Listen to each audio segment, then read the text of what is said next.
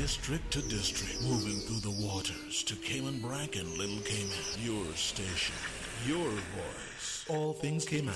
One radio, many people. This is home. Radio Cayman in the Cayman Islands. For the Record is brought to you by Vamped Motors, the only authorized Ford and Toyota dealership serving the Cayman Islands. Cayman Pharmacy Group, with a location in West Bay and professional pharmacy at CTMH Doctors Hospital. The Cayman Pharmacy Group has a location for you just around the corner. Seaboard Marine, with over 35 shipping ports, find your shipping solution by calling 949-4977 or visit seaboardmarine.com for competitive rates. Rotary Central, for more than 110 years, Rotary members have used their passion, energy, and intelligence to take action on sustainable projects. And Roper's Janitorial, complete janitorial service for commercial, industrial, and residential. They get the job done right every time. This is For the Record with Ort Connor. Coming to you live from Radio Cayman Studio. For the Record. For the Record. For the Record. Hear from your government officials, independents, and the opposition on issues that matter to you. For the Record. Engage in an open dialogue between residents and lawmakers. For the Record. For the Record. For the Record. Informative, impartial, insightful. This is your talk show. 1-800-534-8255. Your calls, your input. This is For the Record. And now, your host, Ort Connor. And good morning, Cayman. I'm Donna Bush in on this beautiful Wednesday morning for Mr. Ort Connor, who's off on vacation, hopefully enjoying himself somewhere. It's a beautiful morning in our island paradise, as always, and we welcome you to the show. This morning we'll be having on air with us MLA for Georgetown Central, Mr. Kenneth Bryan. He'll be joining us shortly. Meantime, I'd like to invite all of you to give us a call here. Again, those numbers toll-free, 1-800-534-8255 or 949-8037. We want to talk about Carifta this morning. The 48th annual Carifta Games took place right here in the Cayman Islands from Saturday through to Monday, the Easter weekend. It was a great, great atmosphere at the Truman Brodin Sports Complex. If you didn't get to go out, I'm sure that you kept abreast of all that was happening as literally hundreds and probably thousands of folks were busy posting photos and video clips of the event. There was a Junkanoo band there from the Bahamas, absolutely amazing. I vote them the spirit of Carifta, as they kept the crowds very lively. Of course, their home country of the Bahamas came in second in the medal placings, with Jamaica taking the most medals. Bahamas was followed by Trinidad and Tobago, and on our home court we had 14-year-old Rachel Pascal getting the bronze in the javelin. We say congratulations to her. We say a great congratulations to the entire 52-member team for the Cayman Islands. Rainy days, a couple of rainy days there. Saturday started to rain, delayed the opening ceremonies by a few hours. And on Sunday, it rained again. Monday, absolutely beautiful day. On Sunday, there was a beautiful rainbow that came out right after the rains. Something spectacular to see right here in the Cayman Islands on such a beautiful afternoon on the second day of Carifta. The games have been announced. It would be held next year in Bermuda. That's in 2020. And 2021, the games will then move to Guyana. So our athletes will be going away and competing in those games. If there's anybody listening out there that can help get these kids overseas, along with, of course, their parents, their coaches, government and private companies, please do so. You have a year to help them prepare and to get to the top of their game. Very, very exciting times at Carifta, for the 48th Carifta Games. The committee, the local committee, organizing committee, I think did an absolutely amazing job under the leadership of the two co-chairs, Mr. Lance Barnes and Mr. Joel Francis, with a great team of committee members. You may know some of them. I won't mention any of their names just in case I happen to forget somebody this morning. But a great organizing team, very few hiccups as far as I know.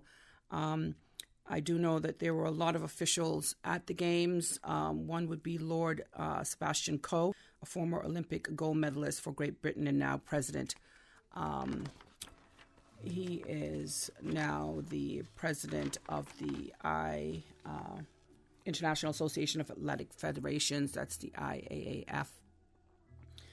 He said that the host nation had done a remarkably good job, and I've also been told that he's actually approached Cayman about hosting the World Relays at some point in the future, something I know that the local officials have to consider at this point. So great 3 days at Carifta. Again, we say congratulations to all of the athletes. It was just spectacular. The adrenaline rush, just the spirit of Carifta, all of the supporters, over 3,000 supporters. I believe the two stands hold a total of 3,220 spectators, and 2 days of the event were actually sold out. So hats off again to the organizing committee, to the major sponsor, the Cayman Islands government. From what I understand, Minister of Sports, the Honorable Juliana O'Connor Connolly, went to bat to get the funds that these games could be held here. So hats off to her for being a voice for athletes here in the Cayman Islands. I know she's a former athlete herself, as well as a former physical education teacher. I had her as a physical education teacher. So, yes, a very long time ago. But yes, thanks to her that this was made possible, along with a host of other private sponsors. Probably too many to name at this point. But Carifta Cayman 2019, you can go online and look at the final results, as well as to get the information on how these games all came together with the persons responsible, as well as the much-needed sponsors for such events. Again, I'll be joined in just a little bit by Georgetown MLA, Mr. Kenneth Bryan. Something else I'd like to mention this morning that's in the Cayman Compass. On page 5, nominations are open for the Stingray Awards. Now, the Cayman Islands Tourism Association, that's ACITA, is calling for nominations for this year's Stingray Tourism Awards, which recognizes the work of individuals and companies in Cayman's tourism industry. The theme for this year's event is the magic of tourism. Tourism, major pillar here in the Cayman Islands. Our tourism officials from the department, as well as from the ministry, and all of their partner stakeholders are doing a phenomenal job. Tourism, the numbers of visitors continues to rise every month. They've broken some records within the last 2 years from previous years. So tourism is definitely on a high here in the Cayman Islands. Lots of great things happening in tourism. If you'd like to nominate somebody for this award, you can go to ceta.ky /Stingray Awards for the guidelines, as well as for the nomination form. That'll give you all the information that you need. The award ceremony will be held at Ritz-Carlton.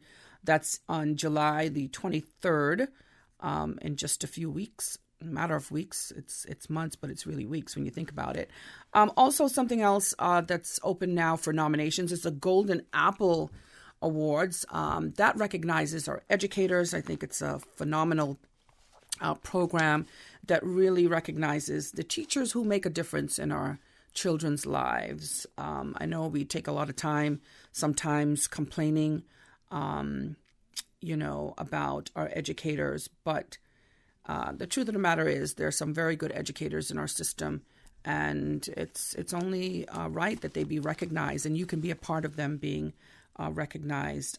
So for more information or to submit an entry, you can go to caymanchamber.ky /golden apples -teacher. So if you just go to the caymanchamber.ky site, I'm sure that they have the link that's very visible. It's a user-friendly site that you can go and nominate a teacher who has made a difference, or who is making a difference in your child's life, in your child's school, yes, or in the lives of many children, as there are a lot of teachers who actually do that. So this is for excellence in teaching. It's the 6th annual Chamber of Commerce event. It's in partnership with the Ministry of Education. Again, it recognizes outstanding work by Cayman Islands educators. So students, parents, colleagues, and members of the public can nominate any full-time teacher or principal who's working in any of the 3 Cayman Islands. Of course, past recipients are not eligible in categories they have previously won, but they may be nominated in a new category. And I wondered about this because I did see a teacher the other day, and I told her, I said, I'm going to nominate you for the Golden Apple Awards. And she said, oh, I've won before. So I need to now go back and find out from her what category she won in, so that I can vote for her for another category. She's just absolutely amazing. She's a teacher from Barbados. I hope she doesn't mind me calling her name, but her name is Miss Janet Harris. She was at Clifton Hunter High School, and she's now at Northside Primary. They don't know how lucky. I hope they know how lucky they are at Northside Primary to have Miss Harris there. She truly has a big heart. She cares for her students. She tries to get involved as much as she can. She's just a phenomenal educator that I believe, deserves recognition again. Again, these awards were created to thank those who are helping to improve the lives of children in the Cayman Islands through education. Mr. Will Pinot, the Chief Executive Officer of the Chamber of Commerce, is quoted as saying, last year, the Chamber of Commerce said they received more than 500 nominations for the Golden Apple Awards. So this is open to principals and teachers of all schools in the Cayman Islands, not just the public schools, but the private schools as well. So I can see why they would get so many nominations in for the Golden Apple Awards. Again, the awards day for closing is May the 27th. So you have till May the 27th to get your nominations in for the Golden Apple Awards. Again, that is for educators here on the island. And as I mentioned earlier, the nominations are also open for the Stingray Awards, which you can find out more about on the CITA, that's CITA.KY website there.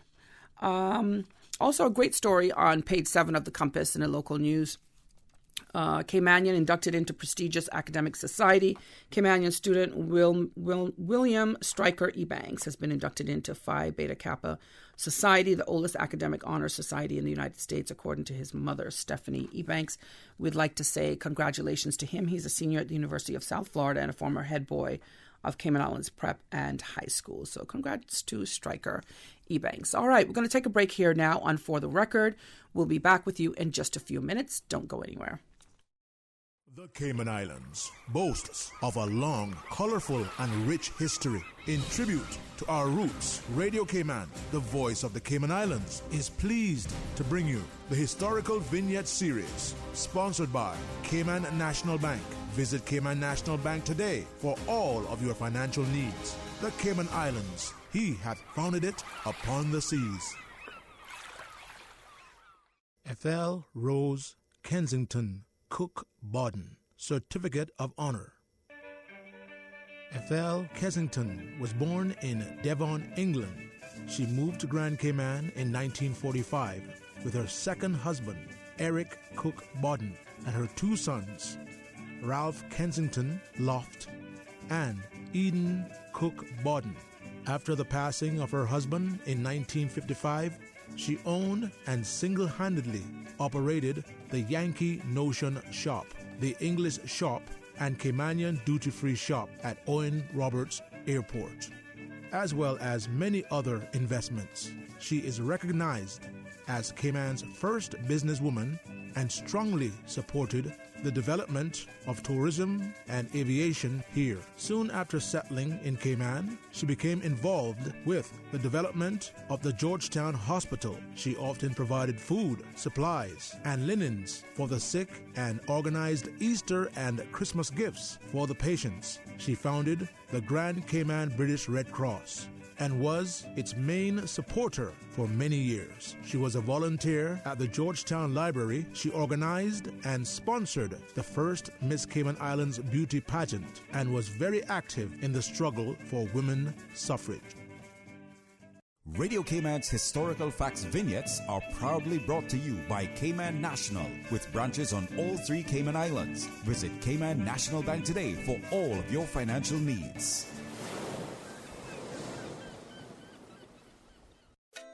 Circle of Love Women's Ministry and DCFS would like to thank our gold sponsors for their support of the annual Child Month Breakfast on May 11, 2019. Smoothie King, Wallscape, Burger King, Rotary Sunrise, The Medical Specialist, Koshulas, Crichton Properties, Bodden & Bodden Attorneys at Law, and R.C. Bodden. Thank you, gold sponsors, for empowering, impacting, and encouraging the future of the Cayman Islands. For more information on the Child Month Breakfast or to be a sponsor, contact Shanda Hunter at 922-3229. They say cleaning your house never killed anyone, but why take chances? Spend your time doing what you love and leave the rest to Roper's Janitorial. Complete janitorial service for commercial, industrial, and residential with 24-hour emergency service. Roper's Janitorial, 949-2511. Email janitorial@ropers.ky. Take back your life and get the job done right the first time. Roper's Janitorial, 949-2511. Why my wife always asking if I'm in a rush when she's the one always making us late? Might as well say, yeah, I'm in a rush and go buy the new Toyota Rush you've been talking about, because they on sale this month. Dial, teacher. The super special spring SUV sale at Vamt Motors. Save up to $4,400 with SUVs starting at only $23,500, like the 7-seater Toyota Rush. Save money, get cash back, or use the discount to upgrade features on the SUV of your choice, including the Toyota RAV4, the Fortuner, the Rush, or the Ford EcoSport. It's our super special spring SUV sale. Only at Vamt Motors, Walkers Road. My dad is the best. He was always there to protect me and guide me to be a better person. He helped shape me into the woman that I am today. But I was never prepared for the day that I had to protect and take care of him. It was terrifying and a total role reversal. But I will always be there for him like he was for me. When it comes to his medical care, I go where he always did, West Bay Pharmacy. We know the difficulty of caring for elder family members. At West Bay Pharmacy, we can help assist you with caring for your loved ones by providing quality medicine and some of the most efficient home healthcare items possible. We provide precise calculations with your prescriptions to ensure your medical safety. West Bay Pharmacy, taking care of your health. At Seaboard Marine, customers often ask us questions about their shipments. Hi, I'm thinking of buying a car from the States. Which port do you ship out of? Hi, we ship out of Miami, Houston, and Brooklyn. Just let us know your port of choice and we can provide you with a quotation and answer any questions you may have on insuring and protecting your vehicle during its journey. Shipping shore to shore, Seaboard. Get you ready. Set your date. Saturday, April 27th, the annual Rotary Central Bill Rudy Science Fair at the Camana Bay Arts and Recreation Center, 9 a.m. through noon. Witness over 130 next-generation scientists representing over 12 primary schools, including Cayman Brac, deliver fresh ideas, solutions, and innovation covering life sciences, earth science, physics, chemistry, food and health, and more than meets the eye. 3 hours of science-spiration by the next generation. Major sponsors, Dart Minds Inspired and Green Turtle Express. Rotary Central Bill Rudy Science Fair 2019. Ideas, innovation, inspiration. Cayman! Get ready for the 4th annual Batabanu Juve Road Parade. Saturday, April 27th, 4 a.m. You heard right, 4 a.m. Saturday, April 27th, the Batabanu Juve Road Parade. More mud, more water, more paint, more powder, more drinks. Come jump up with your family for the unforgettable Batabanu Juve Road Parade and Breakfast Fest. Purchase tickets on eventpro.ky. Sponsored by the Department of Tourism, Ministry of Tourism, Cayman Airways, Andy's Car Rental, Pinnacle Media, Le Classique, DMS Broadcasting, and Radio Cayman. Check CaymanCarnival.com for more information. System 1 loaded. 1-800-534-8255. What is on your mind when it comes to the government, independence, and the opposition? Issues that matter to you. 1-800-534-8255. Waiting to hear from you. For the Record. This is For the Record with Ort Connor. All right, and welcome back to For the Record. If you're just joining us this morning, I'm Donna Bush in for Mr. Ort Connor this week and part of next week. I'd just like to give you those numbers again to give us a call with your comments or questions this morning for our guest in studio. That's Georgetown Central MLA, Mr. Kenneth Bryan. He's just joined us. The toll-free number is 1-800-534-8255, or you can call 949-8037. You can even send us a WhatsApp at 925-3261. Mr. Bryan, thank you so much for joining us here this morning on For the Record on this beautiful Wednesday morning here in the Cayman Islands, in our beautiful islands. Thank you so much, Donna. And I just want to say, just in case Mr. Connor is listening, wherever he may be, good morning to you, buddy. Missed you already. And also good morning to the listening audience here in Grand Cayman, particularly in Georgetown Central, and of course in the lovely sister islands, Cayman Brac and Little Cayman. It's a pleasure to be back on.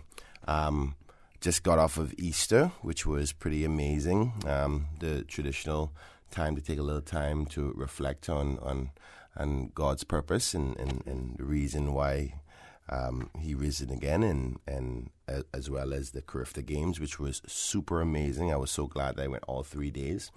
Yeah. So a bit burnt out, literally burnt out, because it was some hot days. But yeah, I'm glad to be back at the radio show and back on the people's work.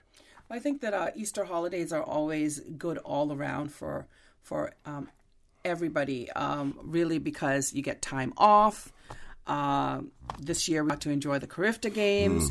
You get to spend time with family, go to the beach, do the things that you normally wouldn't do because they're 2 short weeks on either end.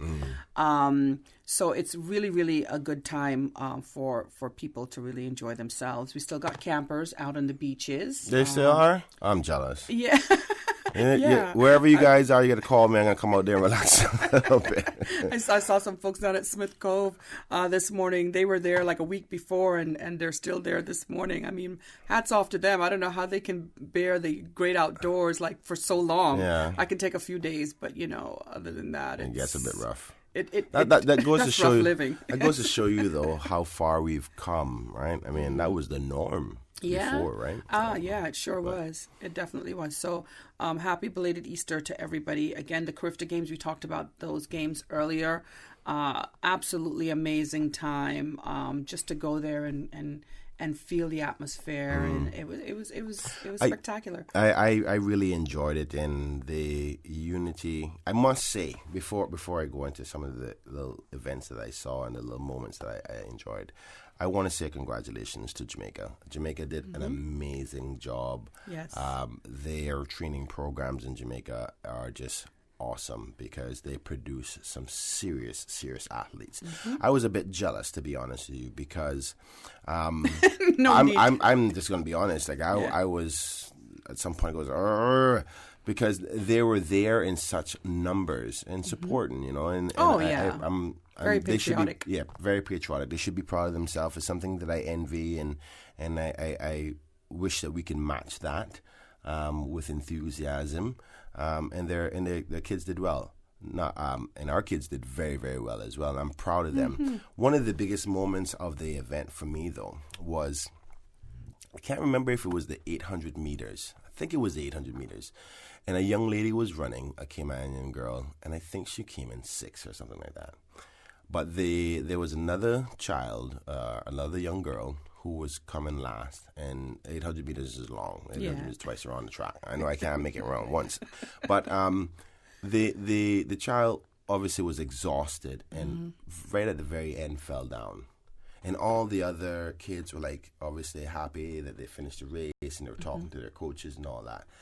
And like true Cayman kind, that young lady came back after being exhausted herself to check on an athlete to say, like, I obviously didn't hear what they said, but I can just imagine. She's like, "You okay?" and helped her up and just walked her over. Like, but that's what we do. That's what we do. And let me tell you something. That is great sportsmanship. Yes. And I don't care how many medals you win. Yeah. Sportsmanship is something that separates you from the rest. Yeah. That's what made me so proud. I'm like, that's Cayman. That's what that's who we are, you know. So that was a big highlight for me, and I enjoyed it. And the other one, and I know that he was so close, but the 110 hurdles. Yeah. The Caymanian kid that came fourth, and he was very close. Yes. Millimeters away from taking third, and he did such a good start. And I think he might have topped one of the hurdles, like on the third hurdle. He was expected to get at least a bronze, though. Yeah. He really was. He did really good, Ben. And he did. But it was a good career. I must congratulate the department and the committee, particularly Mr. Francis. He did Joel Francis did an amazing job. Him and his committee of persons who put it together. We should feel proud as a host country. All the people that I spoke to said, "Oh, it's such an amazing thing." They had a good time at the hotels and the transport and the Cayman kind that they were experiencing. It was so amazing. So it's all positivity. Yes. One of the things, though, that I hope that CRIFTA has reminded us about is proper investment in sporting activities for kids, because training is an expensive task. But if you really want to produce kids, you're going to have to spend the money, particularly in the after-school type programs and the sports clubs. There's a lot of sports clubs out there who volunteer their time to try to make sure that we have strong athletes and they know what they need to know to be a good athlete. But sometimes they need assistance too. Remember that, because of course education is a very key thing, but sports is education as well. There's so many things you learn from that, from discipline to proper healthy living and eating and stuff. So I hope that this year's budget coming up, that the sports minister will make sure to remember the sports clubs that are out there and give them a helping hand, even though they're not necessarily a part of the school, but they do a lot of the refining of our athletes after they come out of the school programs, the after school programs, and really refine them to being the athletes they are. They need some assistance and some little bit of money. They always are fundraising, like they had 2 food stalls there. But I hope the government remembers that and try to help them as much as possible. I'm proud of Cayman Islands, all the athletes. I'm very proud of you, and you did us proud. Yeah, they did an excellent job. My 15-year-old was one of the many student volunteers. She was one of the basket carriers, and there was literally dozens of young people that volunteered for that event. And I just say hats off to them. They all did an exceptional job ensuring that their particular athletes that they were assigned to at any given race got their stuff properly. But she questioned me and she asked me, she says, "Mommy, why is it that Cayman, never does very well and we've only gotten a certain amount of medals?" And I sat her down and I, told her a little bit about the history of, we've always done very, very well in the field events, discus, javelin, shot put. That's true. Starting with Adam Llewellyn back in 1983. I went to high school with Adam, big guy that works over here in the building. We've got Kareem Street John Thompson, who, was a long jumper. And the list goes on. So we've always done exceptionally well. They need to invest the money. But not only that, I explained to her that when you come from a place where you're hungry and it's a way out, you will fight. Yeah, there's a push, there's an extra special push. There's a major push. And our kids don't have that kind of hunger. Let's be real. Well, I don't think they need to have it, is what it is. It's not that they don't have it within them. It's never pulled out because the need of, like a lot of the other kids in the other jurisdictions, this is a way out of a lifestyle in their homeland that will save them from poverty. Yes. As well as the other islands have developed some pretty amazing training programs over the decades. And then you have to also factor in the population element, which is obviously your probabilities of having a strong athlete per every 1,000 people. They've got millions of people. We've only got 65,000. Yeah. So there's other factors, but you are right. Yeah. The strive to get out of the life that they have is one key factor. All right, we're going to take a break. Thank you, Donna. And studio time now by Price Right is 8 o'clock. Price Right is Grand Cayman's warehouse shopping superstore, making your dollar go further with huge savings and no membership fees. Get more of the things you use every day at the right price. But it's not just grocery and health and beauty. Price Right has a full range of products from office to automotive, patio furnishings to kitchen appliances, and even electronics. And since warehouse prices mean savings for you, everything is priced right at Price Right, Grand Cayman's warehouse shopping superstore. Access. Information. Your community. News and information. Radio Cayman is your choice, your voice for today's biggest news. Radio Cayman.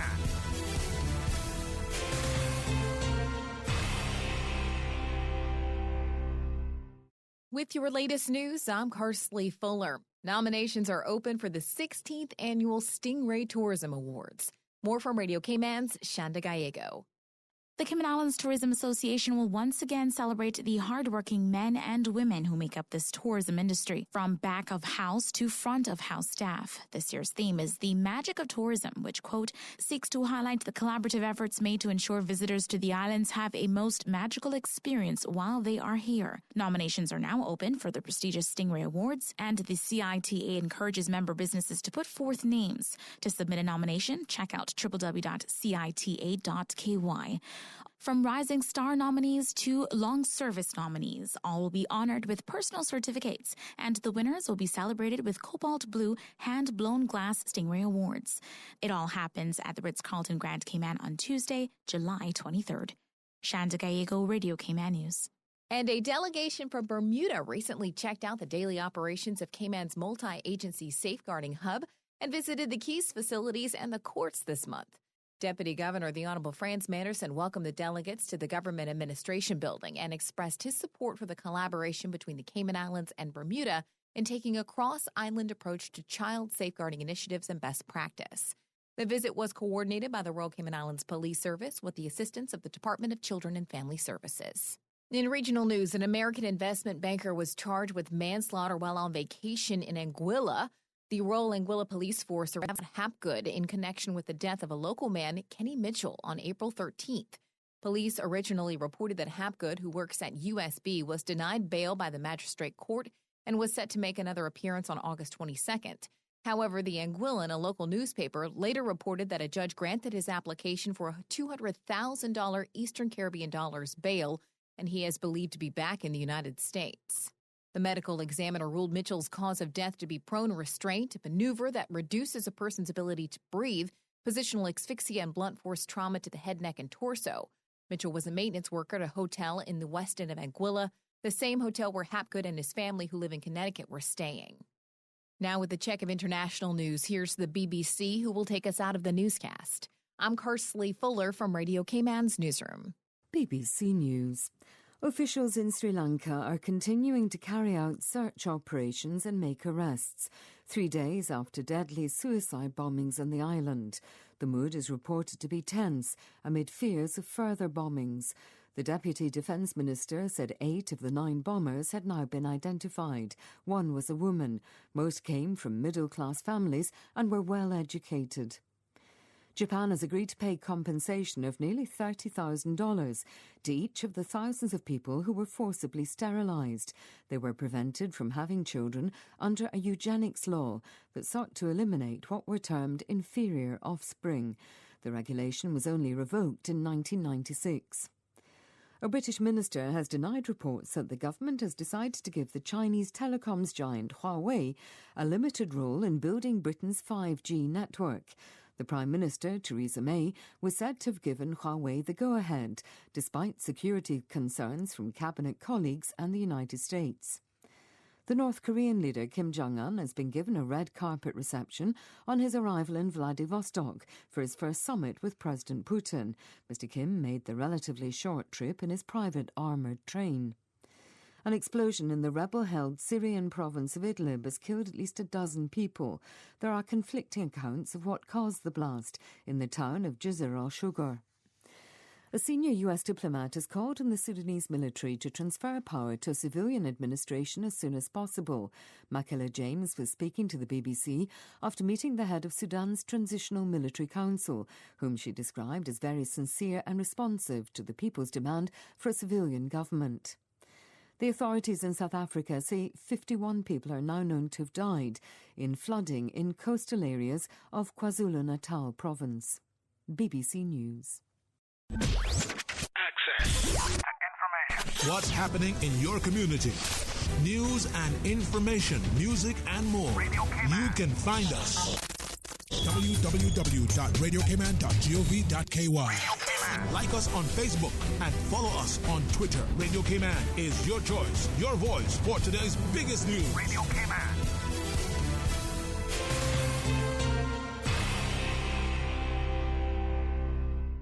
At Kirk's Home Center, we can make your life much better. We got it all together.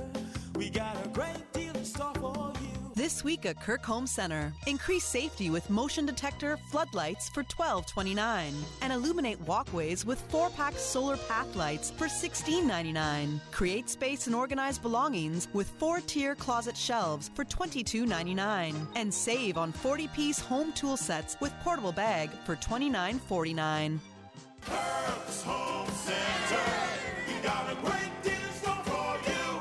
Talk Today, the most listened to call-in program in Cayman, airs Monday through Friday, 12:15 till 2:30 p.m. Listeners are encouraged to call in and share their constructive thoughts and ideas on current issues concerning the Cayman Islands and beyond. Talk Today is proudly brought to you by Savannah Pharmacy, your neighborhood pharmacy located in Countryside Shopping Village. Savannah Pharmacy, just around the corner with everything your family needs and convenient opening hours including Sundays and holidays. While the primary source of alcohol for underage drinkers is people they know, research shows that 7 to 9% of those who report alcohol use in the Cayman Islands purchase alcohol directly from retailers. Tips Off-Premise helps retailers focus on verifying the legal drinking age when selling alcohol. Since the program was introduced here in the Cayman Islands back in 2005, we have trained over 400 persons and partnered with over 10 retailers. Contact us on 949-9000 to have your staff trained today. This message is brought to you by Radio Cayman and the National Drug Council.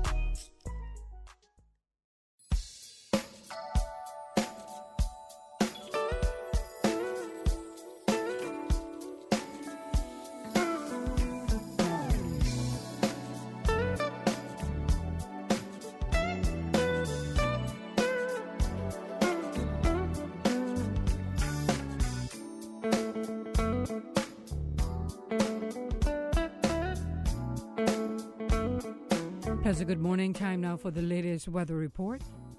Current temperature is 82 degrees. Relative humidity is 78%. Barometric pressure is 29.95 inches and rising. The wind is northeast at 10 knots. Overnight low temperature was 76.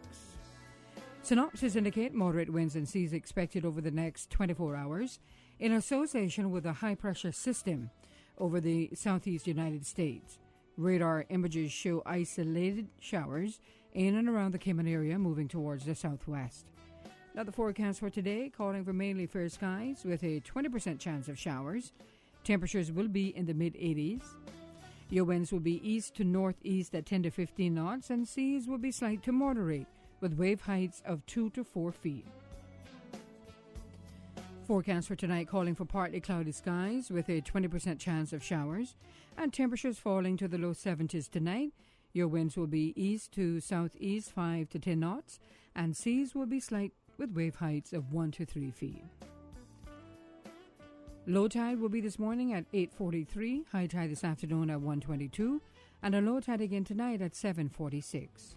The sun will set this evening at 6:44 and will rise tomorrow morning at 2 minutes after 6. And the outlook is calling for moderate winds and seas expected to continue through Thursday afternoon as a high-pressure system lingers over the southeast United States. Thereafter, light southeasterly winds along with slight seas can be expected through Friday.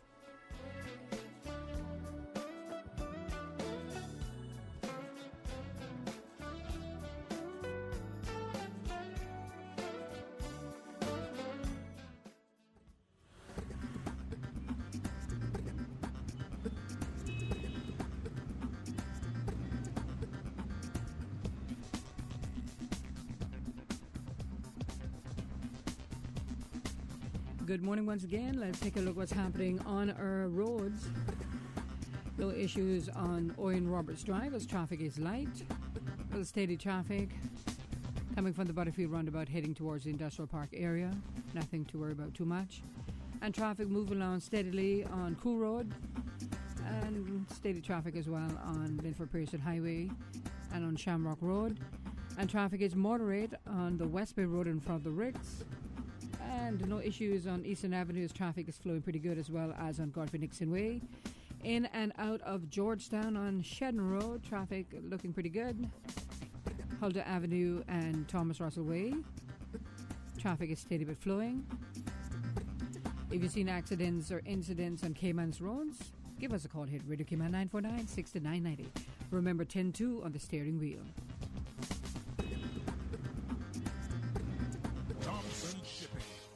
Synonymous with cargo and goods to and from the Cayman Islands. Thompson Shipping is agent for Thompson Line, a division of Tropical Shipping, offering all types of shipping services, container loads or partial container loads, with agents in many locations. Shipping to Little Cayman, Cayman Brac, or anywhere in the world. Call Thompson Shipping at 949-8044 or visit their website at www.thompsonshipping.com. Let Thompson Shipping take care of your shipping needs. Thompson Shipping, 949-8044. For the record, with Ort Connor. Initiating system. For information that matters. For the record, with Ort Connor. Continues right now on Radio Cayman. And welcome back to For the Record. If you're just joining us, welcome to the show. I'm Donna Bush in for Mr. Ort Connor on this beautiful Wednesday morning. Again, if you're just joining us, I have with me in studio Georgetown Central MLA, Mr. Kenneth Bryan. He's here to talk about anything that you want to talk about this morning. What do you have on your mind? Let's talk about it. And you can give us a call toll free at 1-800-534-8255. or 949-8037, or you can send us a WhatsApp message at 925-3261. Donna, before we get any calls or anything like that, I want to, before we went to the break, we were speaking about Carifta and about the track and field, and it was remiss of me not to mention the swimmers. Oh, they've done exceptionally well in Barbados. Really, really good job, and unfortunately, due to the fact that we don't have the appropriate swimming facilities, is why we didn't host that part of the Carifta Games.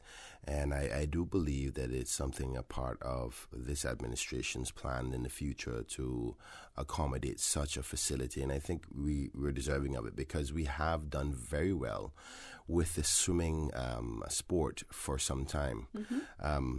But I want to make sure I congratulate them as well, because they did amazing, and like they always do. Last count was like 36 medals. Yeah. A lot of them were gold. Yeah. I mean, that program and those young people, they're exceptional. Yes, they are very, very good. And I think the trainer down there, well, obviously you have different camps that do training, but the main people at the Lions pool there, they facilitate as much as possible in respect to swimming.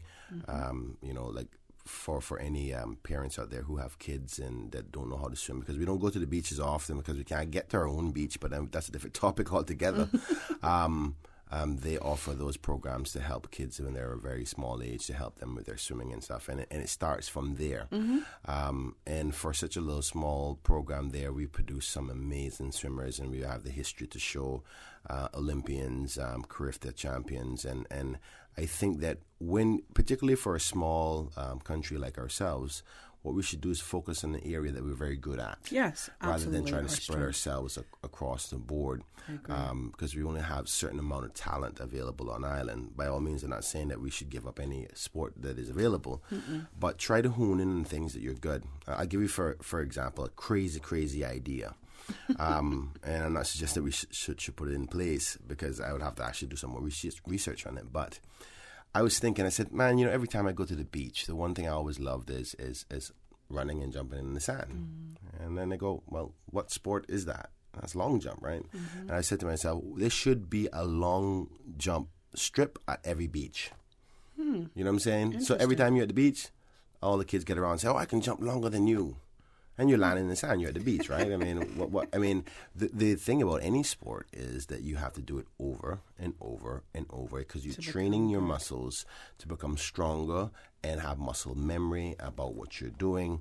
So I think at every public beach there should be a long jump pitch. Just because when you start to do a sport, that's an out there idea, but I mean, hey, you need out there ideas to do that kind of thing. I mean, that's how sports develop. You put the facilities for that sport everywhere you get them. Like basketball, you see everywhere you go, you see a basketball court. As much as often as possible you can play the sport, you become better at it. But and that came from the idea that we're surrounded by water, so we should have good swimmers. And what I mean by that, obviously every country is surrounded by water, or at least 90% of the country is surrounded by water.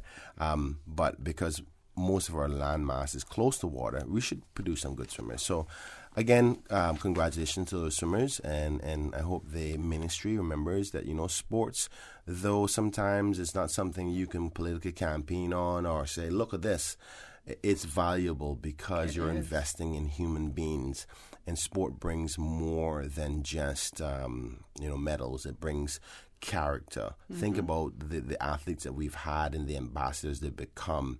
And it's something that you can bring back home and share and training and the like. So I hope there's enough investment necessary, or continued investment. I wouldn't say enough, because by all means, the minister that's there has always been committed to sports. Yes. And matter of fact, I think she's probably been one of the biggest advocates, Ms. Juliana O'Connor-Connolly. I gave kudos to her earlier, because without her going to bat in the Legislative Assembly for the funding for Carifta, 2019, it wouldn't have happened. Yeah.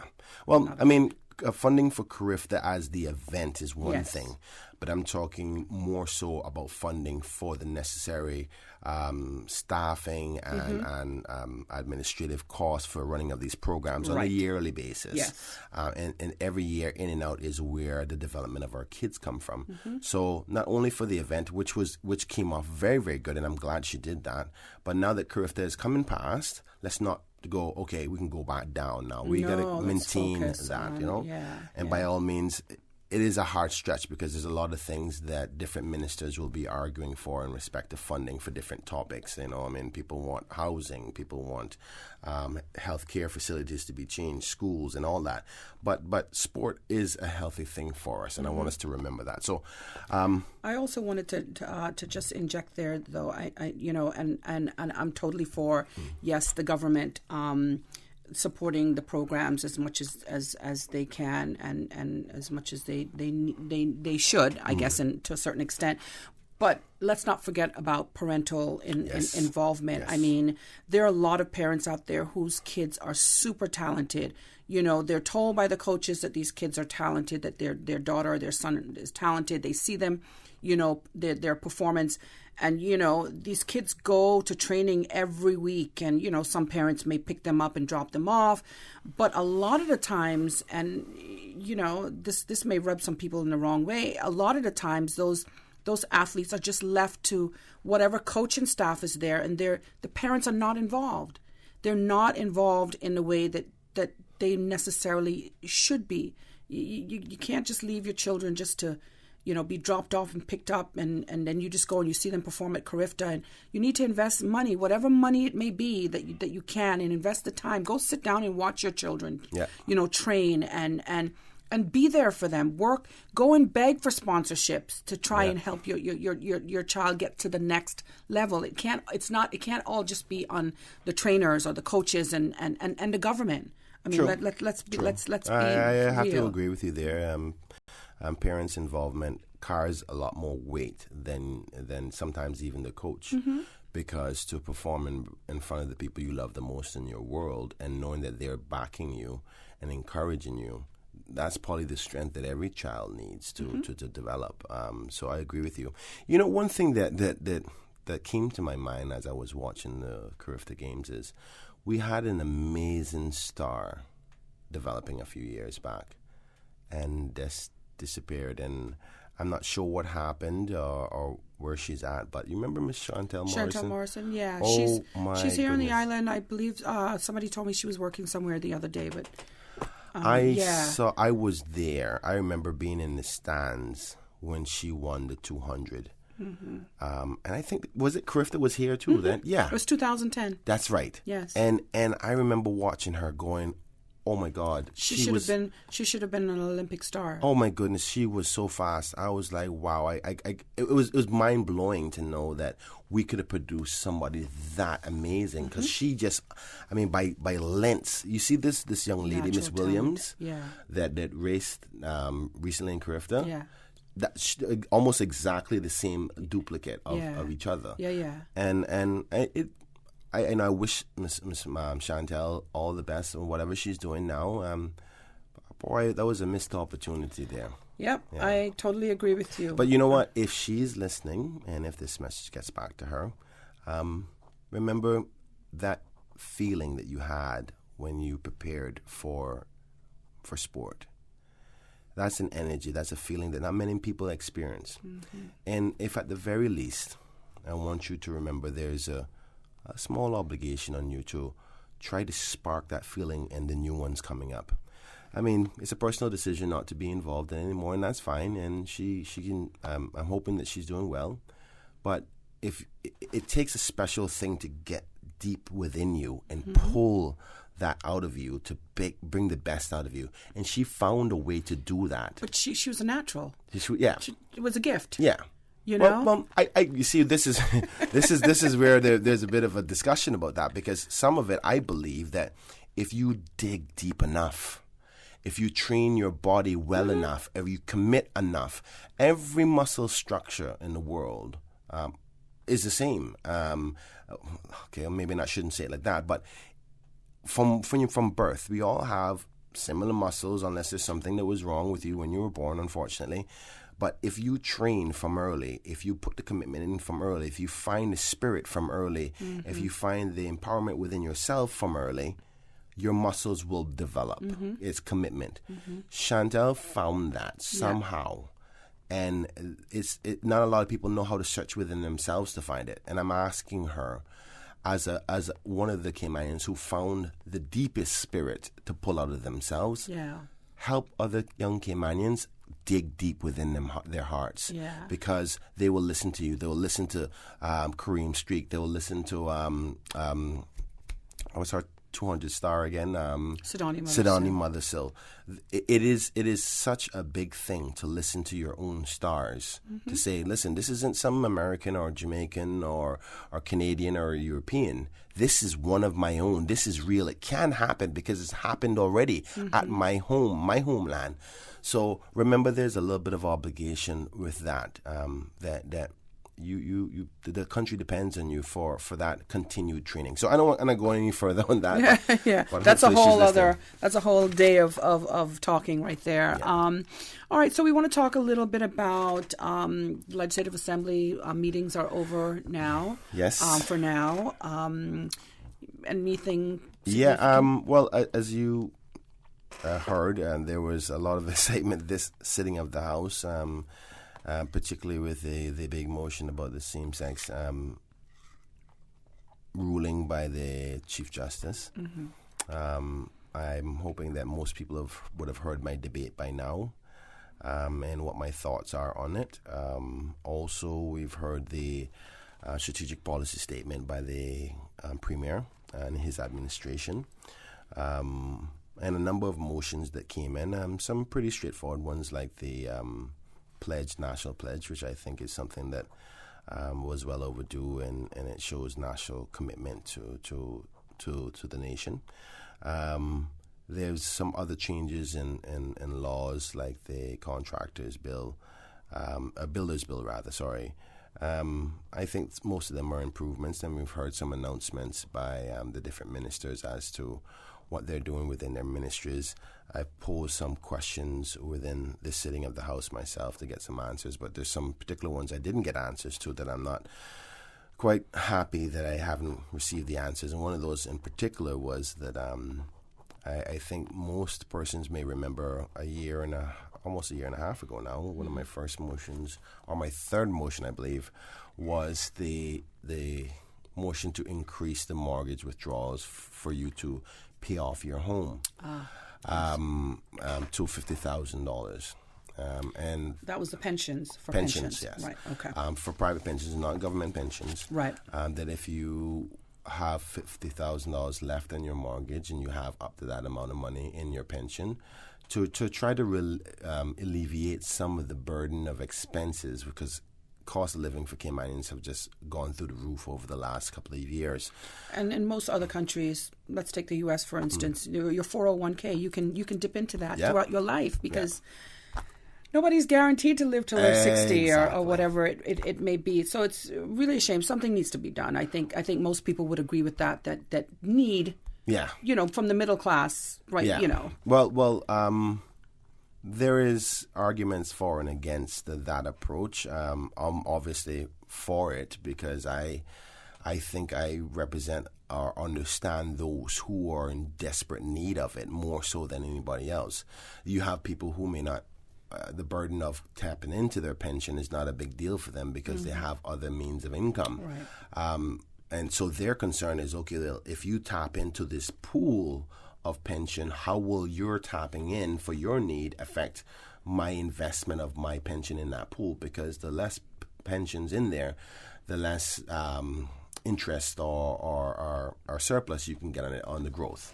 Meantime, you have some companies, pension companies, that are actually losing their money. Exactly. So you can't please everybody, but I think that it's something that would have helped a lot of persons. And what you're doing is you're taking out the biggest expense for any one family or any one individual, which is a mortgage. It's the biggest expense. Yeah. So I thought it was a great motion. Obviously, the rest of the Legislative Assembly thought so as well because they all supported it, including this government. But the motion was successful, so we all agreed to do it. But this administration have yet to bring the necessary changes to the bill, to the pensions law, to enact it. So you'll be pushing forward on that? Yeah, we've had 4 sittings of the Legislative Assembly since the motion was successful. So in one sitting of the House, my motion was passed, and we've come back 4 times since then. So obviously, just for those who are not aware how the process works, you come to the Legislative Assembly, the motion is passed, but you have to bring back the law itself to make necessary changes within the law so that it can actually be enacted and they're allowed to withdraw the money. The government has not brought it back, and every time I put a question in about when they're going to do it, they don't answer it. So it's like, I'm not sure if they really just did it because they didn't want people to think that they weren't there for them and just have now shelved it and making it catch dust. And I'm worried about that. And I don't want to paint a negative picture, but it's hard not to come to a negative viewpoint on this matter when we all agreed on it in Parliament and they won't bring the bill to change it. So it seems to me that it's not a priority for this administration. For those out there who've been asking me about it, I'm not in control of that part. It's for the government to bring the changes to the bill. All right. We're going to stick a pin there and take a call, and then we're going to go to a break. Caller, welcome to For the Record. Do you have a question or comment this morning? Good morning. Good morning. Good morning. Good morning, Donna, and good morning, MLA. Good morning. Kenneth, Brian, this is Gilbert McLean. Good morning, Hey, sir. Mr. Gilbert, how are you doing? I'm doing good. How are you? Not too bad, sir. I'd like to flip back a few minutes there and back to the athletics and the event that was held here just over the Carifta over a few days ago. Yes. And you Kenneth, you did bring it up just before you went to another subject there. But I think as I look at yesterday's paper, I see on the front page major spread of giving the account of a very outstanding athlete, Brianna Williams. And on page 9, for reasons which to me are well known, there is a little article about Cayman swimmers. Now, I understand that the swimming event was also part of Carifta, but in that we don't have the pool suitable for it, it was held in Barbados. And what I also found interesting was yesterday evening, one of Radio Cayman's announcers who usually does the sports segments, I don't remember her name, she was speaking with the person who started Carifta, Mr. Austin Seeley. Yes. And he made the point that when he started that, it was with the intention of offering an opportunity to athletes in the Caribbean to be their personal best. And he pointed out, and the number that he used, he says, you know, it's really not fair when you talk about it, where Jamaica might have 83 athletes and Cayman may have 4, that the journalists, he said he couldn't stop them from saying or promoting, well, Jamaica did this or Barbados did that, as the case may be. But he saw it more as allowing an opportunity for personal achievement of individual athletes in the Caribbean.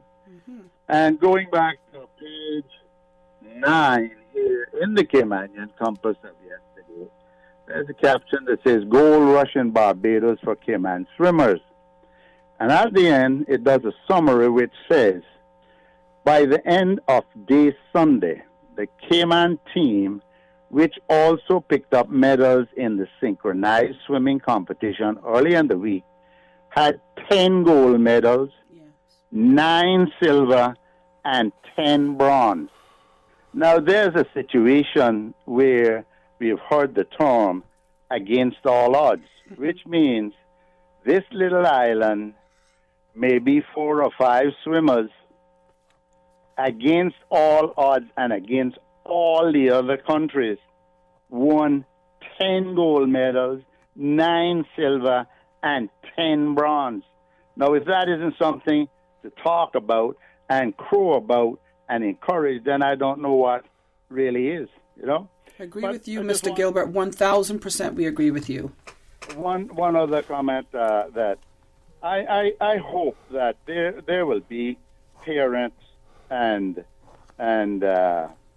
government and the associations that will connect with these young people, because all of those, as far as I'm concerned, are Olympic athletes, and develop them, give them the opportunities like it's done in other countries, where they have people that work with them to develop what is obviously one of skills that they have. And lastly, Chantel Morrison, I was glad to have been at the stadium the day she did that sprint. Mm-hmm. And I want her to know, wherever she may be, that was one of the highlights of my life. Yes. In that, as she was running, and she did a quick look over her shoulder and saw someone getting reasonably near. She went into overdrive, and I have never seen that kind of power in my life. Yeah, man. So I just want her to know that. And thank you for allowing me a few comments. Thanks. All right. Thank you for calling too, Mr. Gilbert. All right, we're going to take a break here now, and for the record, we'll be back in just a few minutes.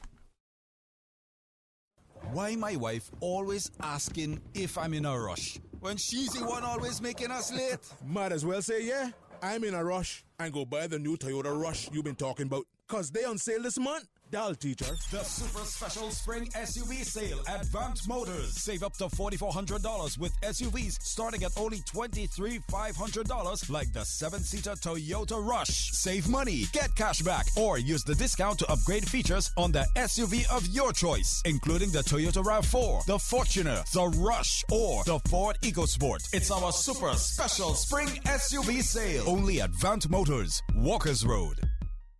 Get you ready. Set your date. Saturday, April 27th, the annual Rotary Central Bill Rudy Science Fair at the Camana Bay Arts and Recreation Center, 9 a.m. through noon. Witness over 130 next-generation scientists representing over 12 primary schools, including Kimmenbrack, deliver fresh ideas, solutions, and innovation covering life sciences, earth science, physics, chemistry, food and health, and more than meets the eye. 3 hours of science-spiration by the next generation. Major sponsors, Dart Minds Inspired and Green Turtle Express. Rotary Central Bill Rudy Science Fair 2019. Ideas, innovation, inspiration.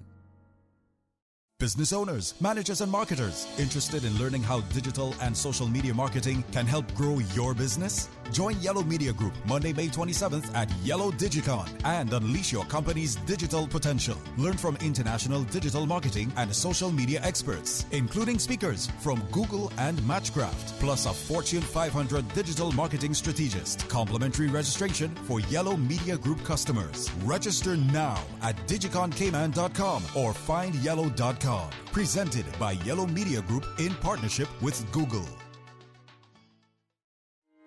Hi, this is Bob Kingsley, and this weekend on the Countdown, we're proudly sponsored by Merengue Town. Liven up your weekends and let loose with grooves of Merengue Town. It's time to feel the rhythm, time to feel the vibes. It's time for Merengue Town. And, of course, the rest of the 40 hottest hit makers on radio this weekend on the Country Top 40.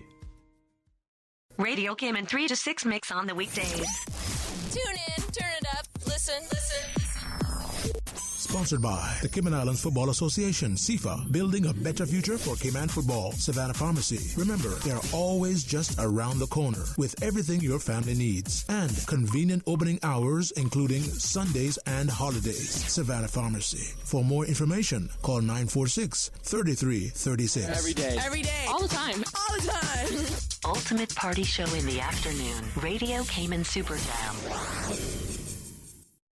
They say cleaning your house never killed anyone, but why take chances? Spend your time doing what you love and leave the rest to Roper's Janitorial. Complete janitorial service for commercial, industrial, and residential with 24-hour emergency service. Roper's Janitorial, 949-2511. Email janitorial@ropers.ky. Take back your life and get the job done right the first time. Roper's Janitorial, 949-2511. System 1 loaded. 1-800-534-8255. What is on your mind when it comes to the government, independence, and the opposition? Issues that matter to you. 1-800-534-8255. Waiting to hear from you. For the Record. This is For the Record with Ort Connor. All right, and welcome back to For the Record. If you're just joining us this morning, I have in studio with me Georgetown Central MLA, Mr. Kenneth Bryan. Before we went to the break, we had a caller, a former government minister, Mr. Gilbert McLean, talking about the Carifta Games, particularly the swimming event, which took place on the island of Barbados, simply because we don't have a 50-meter pool here in the Cayman Islands. The swimmers, that's a program that is just exceptional. It's phenomenal. There are a number of contributing factors to that. You can come to your own conclusions about it and why these swimmers, do so well when they go away and compete. But they're doing something absolutely right. Well, Donna, I think that Mr. McLean brought up a very important point, and it was more about the media approach to the exposure of the athletes. Now, I'm as a former journalist, I know the one thing you don't do as a politician is you don't go against the media. The media is very powerful, but I have to agree with him in respect to the outlay of what is priority in the news in our own country about our own athletes. So I think what he's saying is there was a bigger story inside the people about how well our swimmers did and how many goals against all odds should have been the headline. And Miss Williams, though she did very, very well for Jamaica and for her track team, she should have been on the inside of the people. And our sports athletes should have been on the front page. That should have been the headline. But This is the awkward thing that we have to deal with as a society, as politicians and everybody else, about who prioritizes what is in our headlines. And it's always been a taboo subject. You can't control the media, but you expect the media to have some level of commitment to the nation about which story is really more important here. And as journalists, both of us being journalists, we understood there's a moral obligation that we have. And sometimes I do question our reporters here. And that's why I've always been big on, if I was a part of the ruling administration, that I would like to see an investment into proper training of as many Caymanians in journalism as possible. Because the power of what people view and find out by way of television, by way of radio, by way of print, by way of online is a serious power. And it's a power that I believe should be in the hands, the fingerprints, the end of your fingertips and your minds and in the hearts of Caymanians. Not because foreign nationals wouldn't understand or care, but their care capacity or their commitment to the nation and how things are viewed can't be the same of a Caymanian, of somebody who is vested in this nation. So, for instance, I don't think that the Compass intended to do any harm in doing that. They probably just thought, okay, this is the big story. We have a superstar. This girl, this young lady, is going to eventually possibly be an Olympian and probably a gold medal Olympian if she continues with her development. But many of our swimmers may be as well. Swimmers. I agree. Yeah. So I agree. But what I'm trying to get at is I can see the journalist within that organization going, well, I think this is the top story. Not also taken into consideration is what's the priority for the Cayman Compass within its environment. The environment is the Cayman Islands. Though that is a big story, it's a big international story. It's not relative to Cayman and Caymanians. So if we were in a newsroom, like what we would say before that morning, our discussion, like what we used to do back in Cayman 27, we would have that discussion. We would filter it out and be like, you'll say, no, I think this should be the headline. I'd say, no, this should be the headline. But we would have factored in, say, no, the headline need to be the Caymanian one, not the non-Caymanian one. So, but how can you get a person who's non-Caymanian as a reporter to put that forward when they're non-Caymanian? So these are the hope dynamics. The reason was because they didn't have a photo to go with that headline. Well, maybe, exactly. So maybe I'm pre-assuming. I'm thinking that's it. I mean, a photo, is it 1,000 words? I slightly doubt that. Not in the world of technology today. I mean, there's somebody who is circulating a picture of me and you talking right now across the world as we speak. So I can promise you, like you said, the commitment of those parents. I'm almost certain there is a picture on Facebook somewhere, literally 3 minutes after they won that event, going, can you imagine? Oh, Cayman Islands won gold in swimming. I know that there's some parent, some coach went and they tweeted that. They put it up on Facebook. They put it up on Instagram. Yeah. So when you want the picture, because we know how journalists are, first thing we do is, okay, we need a picture. There was an accident, whatever. We check on who posted it or who had a video of it, and you go on their Facebook page and say, oh, this is the mother of the child. Maybe check her Facebook page. So if you wanted it, you could have got it. And I know that coming from journalists. I was trying to find a reason for well, that. You know the reason. You know that wasn't a good one. That being said, I'm not here to necessarily accuse the Compass, but sometimes they need to be reminded that what's important. Yeah, there's an obligation on you. Have a serious responsibility. You affect the minds and the hearts and the thinking patterns of the people of this nation. It's a very serious power. It says, well, how does it go again? There's media is the fourth power of government. So it's the judicial fourth arm of government: judicial, legislative. What was the other one again?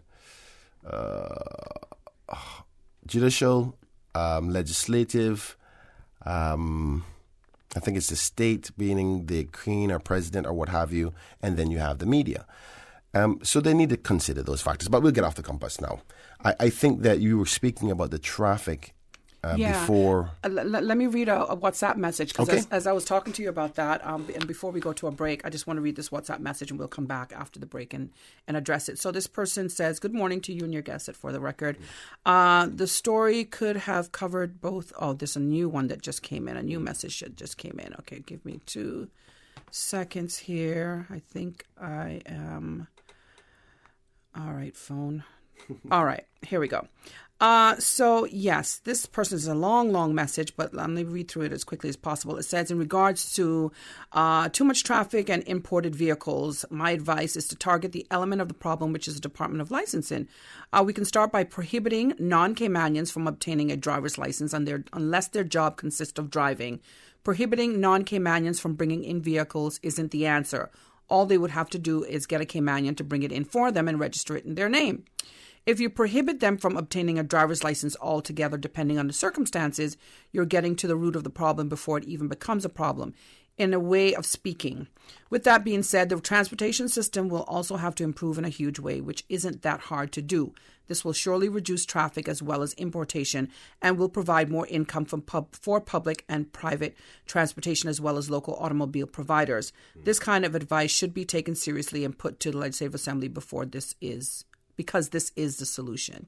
I was talking to you about this morning because I live in one of the eastern districts, and this week is a breeze. Every Easter is always a breeze when school is out. So I thought about it for a few minutes, and I said, but I always hear people complain and say, it's those buses, those school buses well, the catchment area for the one public school that uses buses to go into Georgetown on any given day is, I believe, Spots Newlands Road, Chime Street is what it's called, right before you get to Prospect. Kids from John Gray get bused into town every morning. There are no other public school buses that go into Georgetown in the morning, so that tells me that the public school buses is not the problem. So how do they see the buses being the problem? I don't understand it, because the bus actually is an alleviation of the problem being worse. Because they're on the road from early in the morning, and most people are on the road from early. Yeah, but that doesn't make any sense, because what you're talking about, we're talking about what, 30 kids on a school bus. If it wasn't for it's more than one bus. Okay, yeah, but let's just say one bus for now, right? If there wasn't 30 kids on that school bus, then you would have 30 cars on the road. So I think it's actually the reverse. I'm not sure. Which brings me to my point. There are a lot of students who go to private schools that live in the eastern districts, and there are a lot of cars that are dropping a lot of people that are dropping their kids. Well, I agree with you. Funny enough, my wife and I were speaking about this same topic, saying that we think that these private schools should have busing services, because I think almost 95% of the kids that go to private school are dropped off by their parents. Now, can you say that those parents wouldn't have been in traffic as a result? I can't say that, because I don't know. Maybe they were on their way to work, so they would have probably been in the traffic anyway. But there are a lot of, But they have to get their children to school by a certain time. Yes. Every morning. So you've got congestion at that particular point. I agree with you. And there's a lot of what we call, and I'm not trying to be, I gotta be cautious with how I say this, but stay-home moms. Because persons who go to private school usually have a certain level of income. And sometimes you have professionals who the husband may make a good living, and the wife's role or commitment or contribution to the family is, I will take care of the family home, raise our kids, do all the rest of the stuff for the house. And so they're stay-home moms, and that's a serious responsibility. I'm not undermining it in any way. It's probably bigger than any CEO. So let me make sure that's clear. Yeah. But with that being said, they are ones who drop the kids off and add to the congestion, and there could have been a bus service available. Yeah. All right, so we're going to stick a pin there and take another break here. And For the Record, we'll be back in just a few minutes. Stay with us. I've got some beautiful clothes. Puritan Cleaners Easter Special through April 24th. 17% off gents and ladies apparel on prepay orders of $20 and up. Take 10% off wedding dresses, gowns, and household items on prepay as usual. Puritan Cleaners, a center for all your dry cleaning and laundry needs, including wearing apparel. Cash in on these discounts at all 3 stores. Savannah Countryside, 946-1884, Elgin Avenue, 949-2452, and Eastern Avenue Drive-Through, rain or shine, 949-7104. The management and staff of Puritan Cleaners would like to wish everyone a safe and blessed Easter. Puritan Cleaners, you feel good when you look good. Get you ready. Set your date. Saturday, April 27th, the annual Rotary Central Bill Rudy Science Fair at the Camana Bay Arts and Recreation Center, 9 a.m. through noon. Witness over 130 next-generation scientists representing over 12 primary schools, including Kim and Brack, deliver fresh ideas, solutions, and innovation covering life sciences, earth science, physics, chemistry, food and health, and more than meets the eye. 3 hours of science-spiration by the next generation. Major sponsors, Dart Minds Inspired and Green Turtle Express. Rotary Central Bill Rudy Science Fair 2019. Ideas, innovation, inspiration. The Cayman Pharmacy Group would like to thank the Cayman communities for their continuous support for over the past decade. CTMH Doctors Hospital Pharmacy opened its doors in March 2000. West Bay Pharmacy first opened their doors in March 2004. The Cayman Pharmacy Group was established in July 2007. Throughout the years, our CPG family has provided more than just pharmaceuticals to our loyal friends and customers. The Cayman Pharmacy Group has protected the lives of our medical community by securing the best healthcare advice and pharmaceutical services. To us at CPG, you are more than just a number. So, we are taking the time to say thank you for choosing CPG. The Cayman Pharmacy Group, taking care of your health. At Seaboard Marine, customers often ask us questions about their shipments. I have various items coming from different suppliers that I need to ship to Cayman. Do you offer consolidation? Yes, Seaboard Marine offers consolidation for full and less than container loads. We can hold your packages at our Miami warehouse until everything arrives and ship it all in one go. And we have the best rates to Grand Cayman. Visit seaboardmarine.com for more information. Shipping shore to shore, For the record, with Ort Connor. Initiating system. For information that matters. For the record, with Ort Connor. Continues right now on Radio Cayman. And welcome back to For the Record. Thank you for joining us on this beautiful Wednesday morning. I'm Donna Bush in for Mr. Ort Connor. And joining me in studio this morning is Georgetown Central MLA, Mr. Kenneth Bryan. Before we went to the break, we read a message on WhatsApp that addressed the traffic issue. Yes.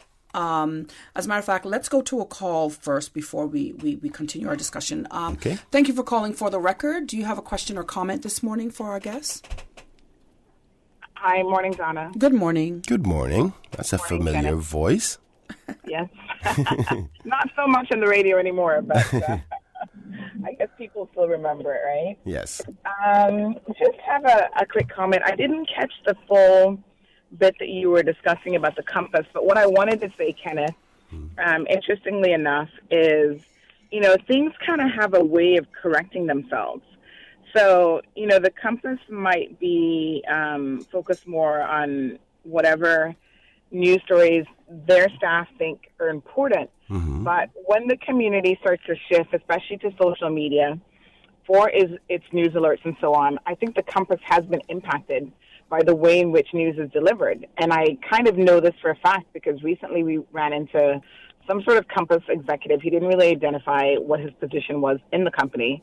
And this was actually since Leggy left and, or sold the paper, I should say, because I don't know if Leggy's still physically there or not. But, he was kind of polling. We were in a common area at a restaurant. He was kind of polling the people who were there to say, I see that you have the compass. Do you still purchase the compass? And the guy who actually was reading it said, no, I have a perusal of it, and I don't purchase it, you know.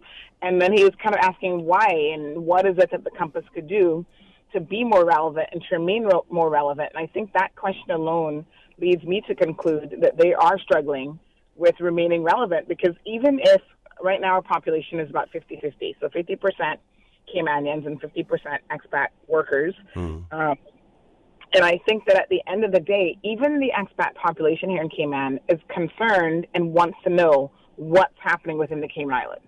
So they live here. And, you know, few of them continue to live in a bubble because they realize that everything that happens in this community has a way of quickly impacting their lives as well, not just the Caymanians. So whether it's political or legislative changes, you know, it has a trickle-down effect.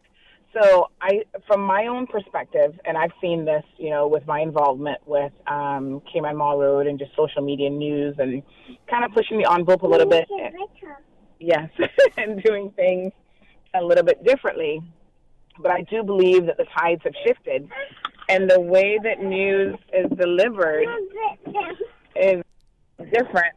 And as a result of that, people who are not staying on top. Okay, Mama, sorry. People who are not staying on top of that new mode of delivery and also, you know, touching on the issues that people find relevant are going to be left behind in terms of advertising, which is their primary source of revenue. You know, a lot of the online media resources or social media resources don't really rely so much on the traditional modes of advertising even to pay their bills. So I think that it kind of auto-corrects itself in a way. You know, for the longest time, Leggy has been publishing, him and his editorial board, they have been publishing, kind of editorials that a lot of Caymanians found offensive. And, you know, as a result of that, a lot of Caymanians stopped purchasing their newspaper and really just took a very different position. And I think that also started to impact even advertisers and the expat population reading their paper as well. But just one final note, guys, on the whole traffic from the east situation. Obviously, building roads is one part of the solution, as we've seen. It immediately alleviated the situation coming out of West Bay, for example, some years back. But I agree with Donna, and I agree with you, Kenna, in terms of we have to look very, very carefully at parents who are busing children and taking children to school. I think that is the crux. That's the significant difference. That's a significant difference that, in my mind, makes up what happens when children are in school versus the times that they're not. And, you know, I say that cautiously because as a parent, you will probably end up in that same boat in terms of being, you know, forced to, if my child goes to a private school, being forced to take her to school because there is no option. There is no busing system. You know, I then become part of the problem. And I can definitely see where that is. Well, Carla, I want to thank you so much for your comments. I appreciate that. And you're 100% right on your input in respect to the traffic stuff. But the good thing that I want to highlight here is that we have to remember that the councillor, Mr. Austin Harris from Prospect, has brought forward a pretty good motion that I think can help find the solutions.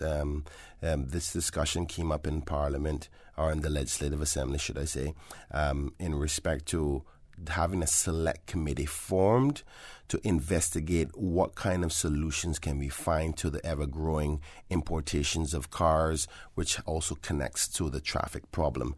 So all of these ideas that we're hearing thrown back and forth between ourselves are things that this select committee can examine, also do proper research to see whether the theory of the idea actually makes sense, and then come back with a report to the Legislative Assembly with suggestions of things to implement to ease the traffic as well as to control the ever-growing population of cars on the island. So I want to give credit to the mover of the motion, the Honourable Councillor Austin Harris. It's a great motion. I think it got full support in the House, if my memory serves me well. It was something that the member from East End, Mr. Arden McLean, was bringing also, but they compromised together, and as a senior member credit has to be given to the member from East End as well. He said, I acquiesced to you and allowed you to do it as a new member. But they basically had the same concept of a select committee to try to resolve this problem. And I think that we're all on board. And this is not, I think there's partisanship in respect to this topic because we all want the problem solved. So I'm looking forward to this select committee. I'm actually going to touch base with Mr. Harris this evening and ask him where things are at, because we want to get that select committee started as soon as possible so those ideas that report may come back with can be implemented before this administration is over, because we're getting to the 2-year mark now, and unfortunately things with government takes a long time for them to be implemented. So hopefully this could be something that is rushed. In his motion, he did say for the select committee to be formed in place before the end of this year. But to be honest with you, I think we needed to have that form yesterday and already rolling. So, but I think there's some sort of light at the coming up in the horizon that we should be positive about. Is something that all legislators are focused on, and I know them. The Minister for Traffic Infrastructure, Mr. Honorable Joey Hugh. I have to give him credit where credit is due as well. It is hard as a minister to deal with roads, especially when you got politicians like me who always constantly beat on you and hold you accountable. But the fact is that there has been a lot of roads been implemented. But as they're implemented, more cars come. So you may fix the problem today, but by the time you're finished making the road, there's another growth in the population of people and drivers. So it seems like you haven't done anything. Yep. So we have to be lenient on all those factors and understand them, but that doesn't mean we can't find a solution, and together we can do that. All right, we're going to take a break here, and when we come back, we'll continue our discussion here on For the Record. Stay with us. Continuing the Caymanian tradition. Let Cora keep my ground so clean. The heart and soul of the Cayman people. Thank you for keeping the culture alive. Spread the news every day. From East End to Georgetown, down into West Bay. Radio Cayman in the Cayman Islands. Radio Cayman. Radio Cayman's newsroom. These are the biggest stories right now.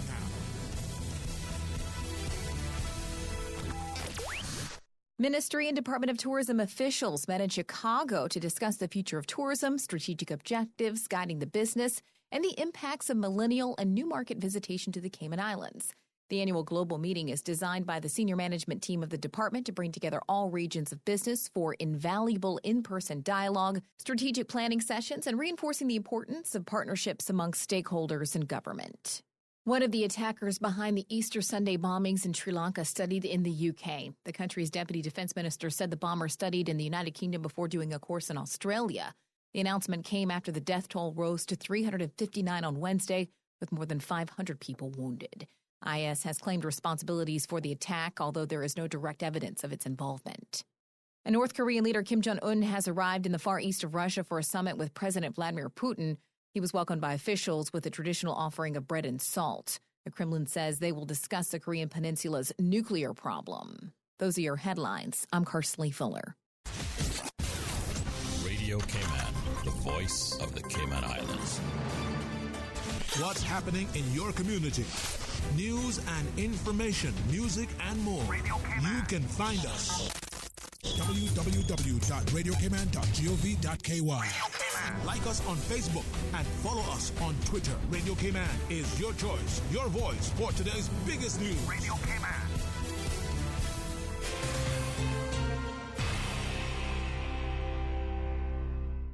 For the Record with Ort Connor. Initiating system. For information that matters. For the Record with Ort Connor. Continues right now on Radio Cayman. All right, and welcome back to For the Record. A short break there. We've been discussing the traffic issues, particularly as it comes from the eastern districts.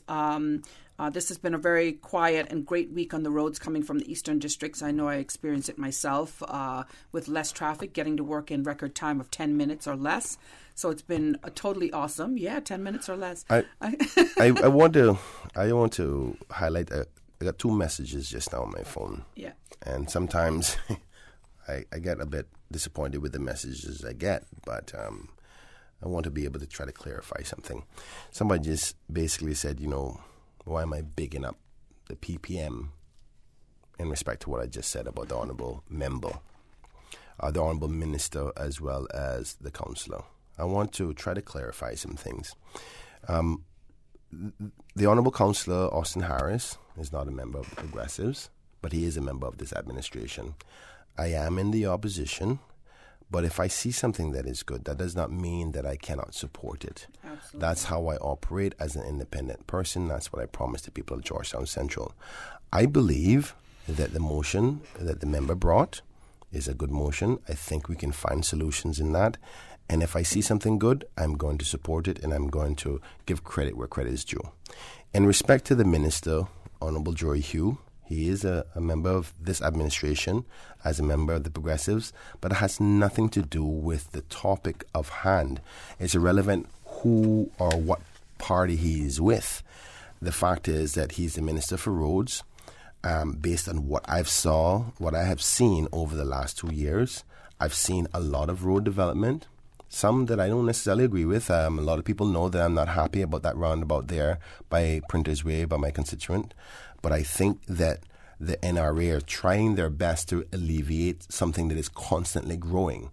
And when I gave the comment just now, I want to alleviate a little bit of pressure on him because of the fact that every time they try to do one action, the population is constantly growing. So you expect a minister to try to fix problems, but you can't ask him to fix roads as fast as the population is growing. And that's where he's in that difficulty. And that could be me as the minister there. And I would want any other member of the Legislative Assembly to be reasonable with their comments and criticisms, though that I may not be happy about a design, but I understand what he's trying to do.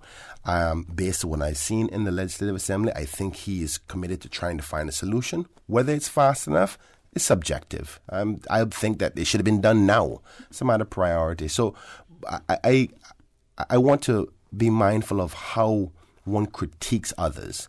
And in respect to how I characterize myself as a legislator, I think it's important to be, you can be constructive with your criticism. And I have no problem giving credit where credit is due, and I have no problem calling you out where I think you have failed. So that's my approach, and it's nothing to do with bigging at the Progressives or this administration. If they do good, I'm going to say they do good. If they do bad, I'm going to hold them accountable, because that's what I promised the people of Georgetown Central.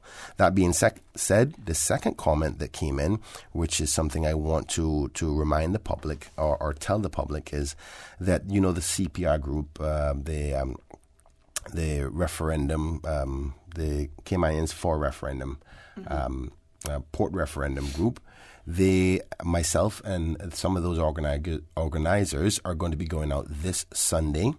As you may recall, I did a survey with a lot of people in my constituency talking about the port. The Georgetown Central is where the port will be built. And for those who have said to me within that survey that they don't support the port, if you would like to sign the petition to call for a referendum on the topic, this is the time for you to do so. I know there's a lot of people who have said they don't support the port, but they've signed the petition, and some who haven't. So I'm going to be going around in my community. I'm not there to tell you not to support it. I'm not there to tell you to support it, but at least to have your say on it. And how you can have your say on it is by signing the petition calling for a referendum. So I'll be going around with the CPR group to discuss that this coming Sunday in my constituency. It'd be important that not only the CPR group go around, but the representative of that area goes around. So I'll be going around in the community. So look out to see my face this coming Sunday. I don't know how much ground we're going to be able to cover in that short period of time, but as you may have heard, the CPR group in respect to calling for a referendum is just a few hundred numbers off. I am ever more supportive of the referendum now, and I'm going to tell you why. I think if this referendum is called for the port, I think it will give a clear indication to this administration as to what the people feel. And it also creates an opportunity for us to put another question on the referendum, because people say, well, the cost and time associated with referendums. But you have a perfect opportunity. If you have to do one, you might as well do two and within the questions. So why don't we talk about same-sex marriages or civil unions on that referendum? Why don't we talk about the port? Why don't we talk about this tall tower that everybody is speaking about whether or not we should allow a skyscraper here? So if one is triggered, it allows the opportunity for some answers for the other ones. And if I was the ruling administration at this point, and there's any referendum that is triggered, I would take the opportunity to say, okay, if I have to obligatory have to do a referendum because one has been triggered by the CPR group, I would then say, okay, I'm going to take this chance to say, let me get some other answers from my people to give me a clear indication as the representatives of the masses. So if that is triggered, I'm going to suggest to this administration, do a poll or do a question on would you support same-sex unions or to clarify that you don't support same-sex marriages, or whatever the question you may be. You need to have clarity because we don't have it. And this is a part of my debate to say that there is a large assumption that many Caymanians do not support same-sex marriages. And I agree with that assumption, but I have no foundation of fact to say, okay, then I'm certain because this survey has shown me so. We've had one by the way of the referendum on the Constitution, but nobody can tell what was the reason you voted for the Constitution. Did you vote for it for the Bill of Rights? Did you vote for it for the structure of the Administrative Assembly? Mm-hmm. Did you vote for it for that protection? So there's no specific way to say, well, boy, they've already answered that by way of this referendum on the Constitution. But if you do a specific question to it, then you could be certain as to the answer, as well as this tower, the skyscraper. I think that is going to be something that the people should give a clear indication to this administration as to how they feel about changing the dynamics of the layout of Cayman. And based on the delivery of this administration's leader, it seems as if this administration is pro the skyscraper approach. They haven't said they're against it, but they've triggered the thought process to say, I want to hear from you. Well, if you want to hear from us, best way to do it is by way of question. So if the CPR group is successful with those numbers, and I will be assisting them with trying to get those signatures this coming weekend, I think the government should take the opportunity to add some other questions to it as well. Okay. All right. So we have two callers on the line. Let's go with caller number one. Thank you for calling us here and For the Record this morning. Hello? Yes, thank you for calling us here and For the Record this morning. Do you have a question or comment, sir? I'm on the record. Good morning, Donna. Good morning. How are you? Good morning, Dr. McField. And good morning to Mr. Bryan. Good morning, sir. Good morning, sir. You're hosting the show this morning for Mr. Horrit. Yes, sir, I am. It should say Donna on the For the Record. When he retires. Number one, I think Mr. Bryan forgot the three branches of government. So the traditional three branches of government and the Westminster system, and in the United States is the administrative, judicial, and the administrative, political, and legislative branches of government. Those are the three branches of government. Now, that's what I said, right?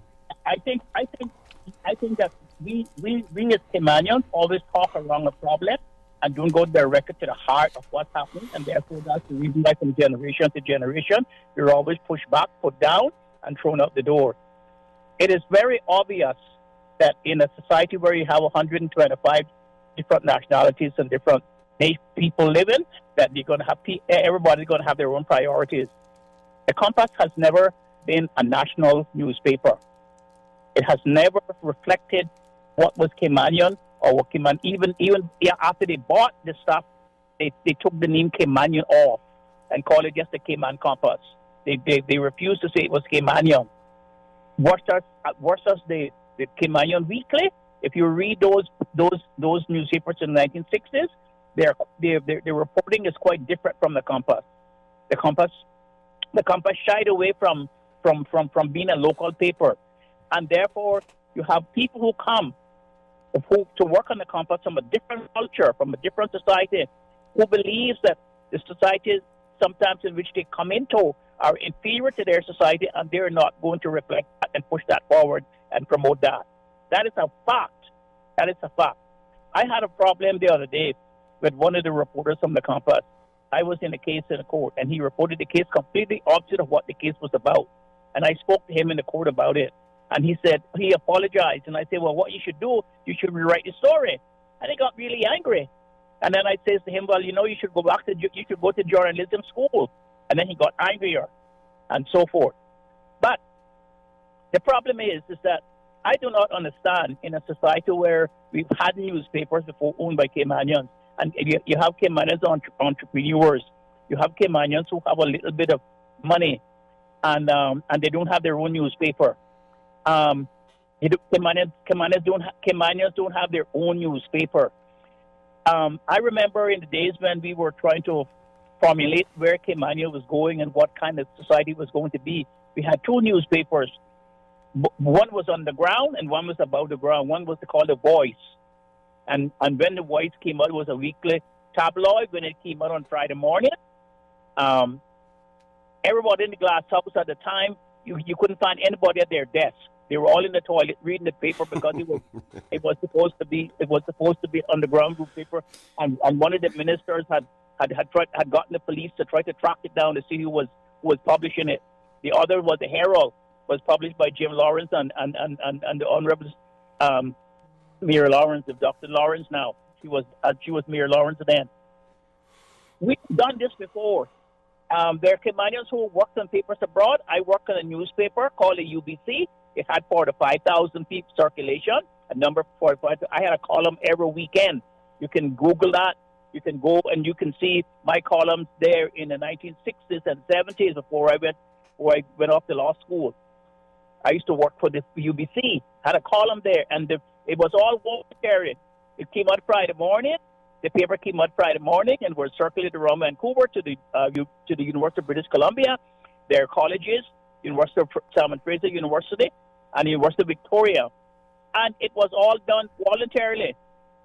We started to put the newspaper together on the Wednesday and the Thursday, and by the Thursday night, by Friday morning, the newspaper came off the press, and it was all done. We can do the same thing here, but we seem to be too lazy, and we depend on other people to do things for us and to promote our culture. They're not going to promote our culture. We should have understood this long time ago. They're not going to promote what's Caymanian. That is understood, and that's not being prejudiced. That's being their priority. I have my priority as a Caymanian. Jamaican people have their priorities as Caymanian. Hondureans have their priorities as Caymanian, and so is Filipinos, and so is other people. And we must understand this, but we don't understand it. We talk around and don't want to say so. Next thing. All right. The next thing is the road system. You know, what we have not done in this country from the 1960s is to have urban development planning. We have not done that at all. When I became a director of the Roads Authority, I didn't know what I was directing. So I took time out of my law practice. I went to the University of Manchester in England, and I took the course that's set up by the World Bank and the IMF. It's called Road Management and Road Financing. I took the course from some of the best people all over the world. People came to take that course. Mr. McPhail, I'm going to ask you to if you could wrap it up for us. We have to take a quick break. You can either stay if you would like to stay on the line, or we can line too long. But what we need to do is talk about how we are developing urbanly. What we are doing. We have one little town called Georgetown, and we have another town called Cayman Bay. And what we're now doing, there's a competition between the two towns. And what we need to do, we need to get a committee. I say they have a committee about developing Georgetown, and it's the same thing. You have people who have interest who select it, and the people who they're developing for are not sitting around the table.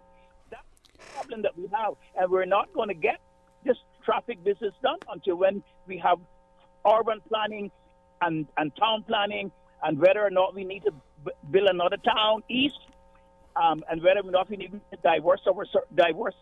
diversify our services and put some of the services that we promote in Georgetown east or some other place. All right, Mr. McPhail, thank you so much for giving us a call this morning. We've taken all your points. We've noted them. Really great points, but we have to go to a break right now. Thank you for calling For the Record. We'll be right back. They say cleaning your house never killed anyone, but why take chances? Spend your time doing what you love and leave the rest to Roper's Janitorial. Complete janitorial service for commercial, industrial, and residential with 24-hour emergency service. Roper's Janitorial, 949-2511. Email janitorial@ropers.ky. Take back your life and get the job done right the first time. Roper's Janitorial, 949-2511. CTMH Doctors Hospital Pharmacy, formerly known as Professional Pharmacy, would like to thank the Cayman communities for their loyal support these past 18 years. Our staff work towards healthcare excellence and providing the most current and up-to-date training with pharmaceutical care. Thorough background checks and follow-up consultations is only the beginning. Your safety is our concern. Our staff are respected healthcare professionals whose job requires careful and precise calculations. Thank you for being a part of our family and for choosing CTMH Doctors Hospital Pharmacy, where we prepare to provide exceptional care. At CTMH Doctors Hospital Pharmacy, we care about your health. Get you ready. Set your date. Saturday, April 27th, the annual Rotary Central Bill Rudy Science Fair at the Camana Bay Arts and Recreation Center, 9 a.m. through noon. Witness over 130 next-generation scientists representing over 12 primary schools, including Cayman Brac, deliver fresh ideas, solutions, and innovation covering life sciences, earth science, physics, chemistry, food and health, and more than meets the eye. 3 hours of science-spiration by the next generation. Major sponsors, Dart Minds Inspired and Green Turtle Express. Rotary Central Bill Rudy Science Fair 2019. Ideas, innovation, inspiration.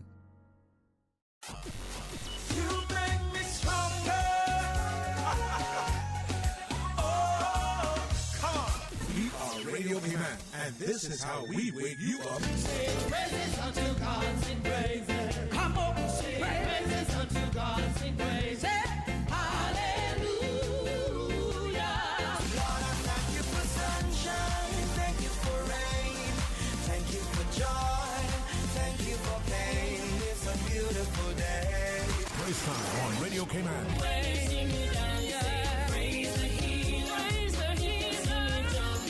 He's my provider. Are you ready? Here we go. Set. I feel like running, skipping, running. Feel like skipping. Praise time. Give me Jesus in the morning. I will. So send me, Lord. I will go. Born again. Thank God I'm born again. Weekday mornings from 6 until 6:30. Attention accounting service providers. According to the Anti-Money Laundering and Counter-Terrorist Financing Regulations, all firms providing accounting services, including but not limited to bookkeeping, payroll, accounts preparation, or tax advice, are required to register with the Cayman Islands Institute of Professional Accountants by May 30th. Free workshops will be provided on May 3rd, 10th, and 17th. For more information, call 749-3360. Email admin@ciipa.ky or visit ciipa.ky. Country classics. Well, I was born to coal miner's daughter. On the road again. They're gonna put me in the movies. Papa Top again. Out in the West Texas town of El Paso. Because you're mine, I walk the line. Well, I love country classics. Young love, first love. You never count your money when you're sitting at the table. If you enjoy classic country music, come hang out with Radio Cayman this Saturday, 3:30 to 6 p.m. In the Mississippi cotton picking Delta town. This Saturday afternoon, following American Country Countdown, 3:30 to 6 on Radio Cayman. Just walk on by. Wait on the corner. Country classics. Hi, this is Bob Kingsley, and this weekend on the Countdown, we're proudly sponsored by Merengue Town. Liven up your weekends and let loose with grooves of Merengue Town. It's time to feel the rhythm, time to feel the vibes. It's time for Merengue Town. And, of course, the rest of the 40 hottest hit makers on radio this weekend on the Country Top 40. For the Record with Ort Connor. Initiating system. For information that matters.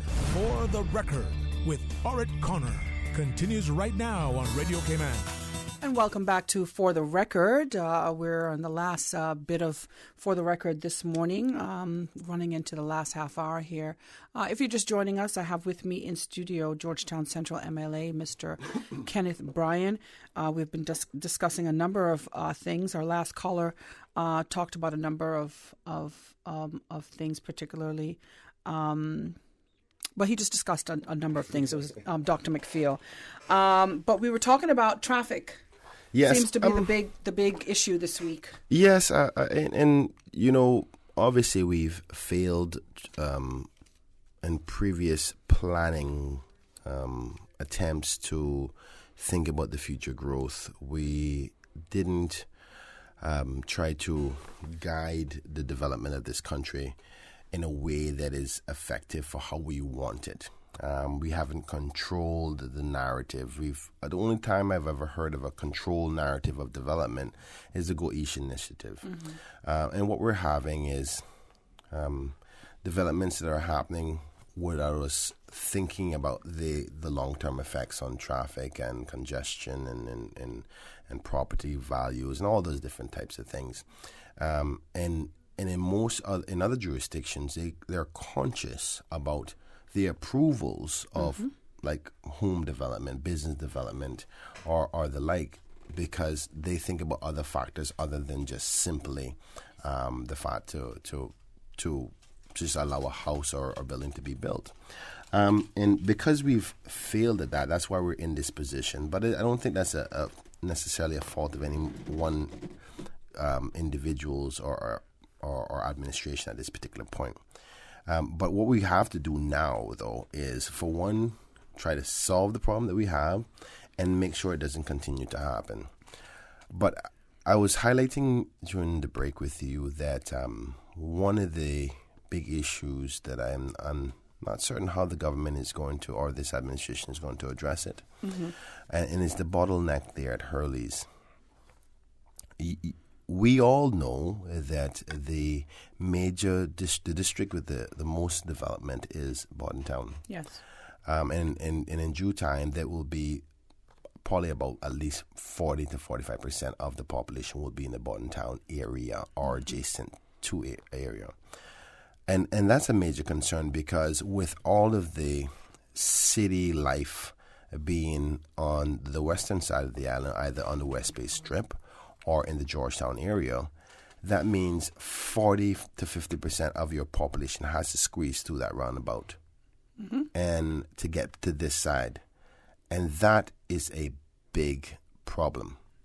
And I want to say something rather controversial, and I hope I don't lose any friends for this or anybody gets upset with me for it, but I am concerned that we could have known that this problem was coming as soon as that roundabout was built. And knowing that the major plaza there at Hurley's, the Hurley's roundabout, was built, and there was land behind that was available up until about 3 years ago that was not occupied. And there could have been a road developed behind that. And this is where I have to put some blame or some responsibility on the past administration to say, listen, not that the developers that I'm about to say are bad people, but there is a development now happening behind the Hurley's roundabout, behind the Hurley's plaza, that I'm not sure that should have been approved.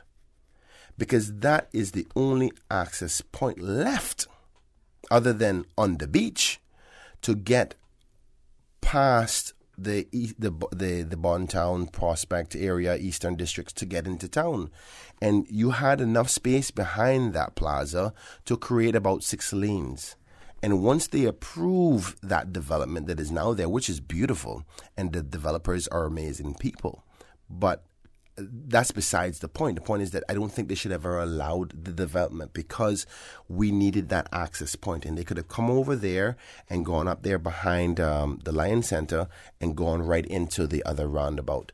But now that they've approved it, and there are multi-million-dollar apartments and homes that are there now, which are very beautiful and very well developed. But why was that approved? I mean, if it was, and I'm going to say something now, which is probably going to be the controversial part. If it was a low-income community, like down in Windsor Park, or down in Georgetown Central, or down in West Bay, or down in Columbus Avenue, and they needed a new road to go through it, they were coming through, no matter who housed them. But I can promise you this. Because of the types of homes that are in that area, because of the value net worth and the power that those individuals have, they will have more influence over stopping the administration or any idea of a road going through there because it's special types of homes.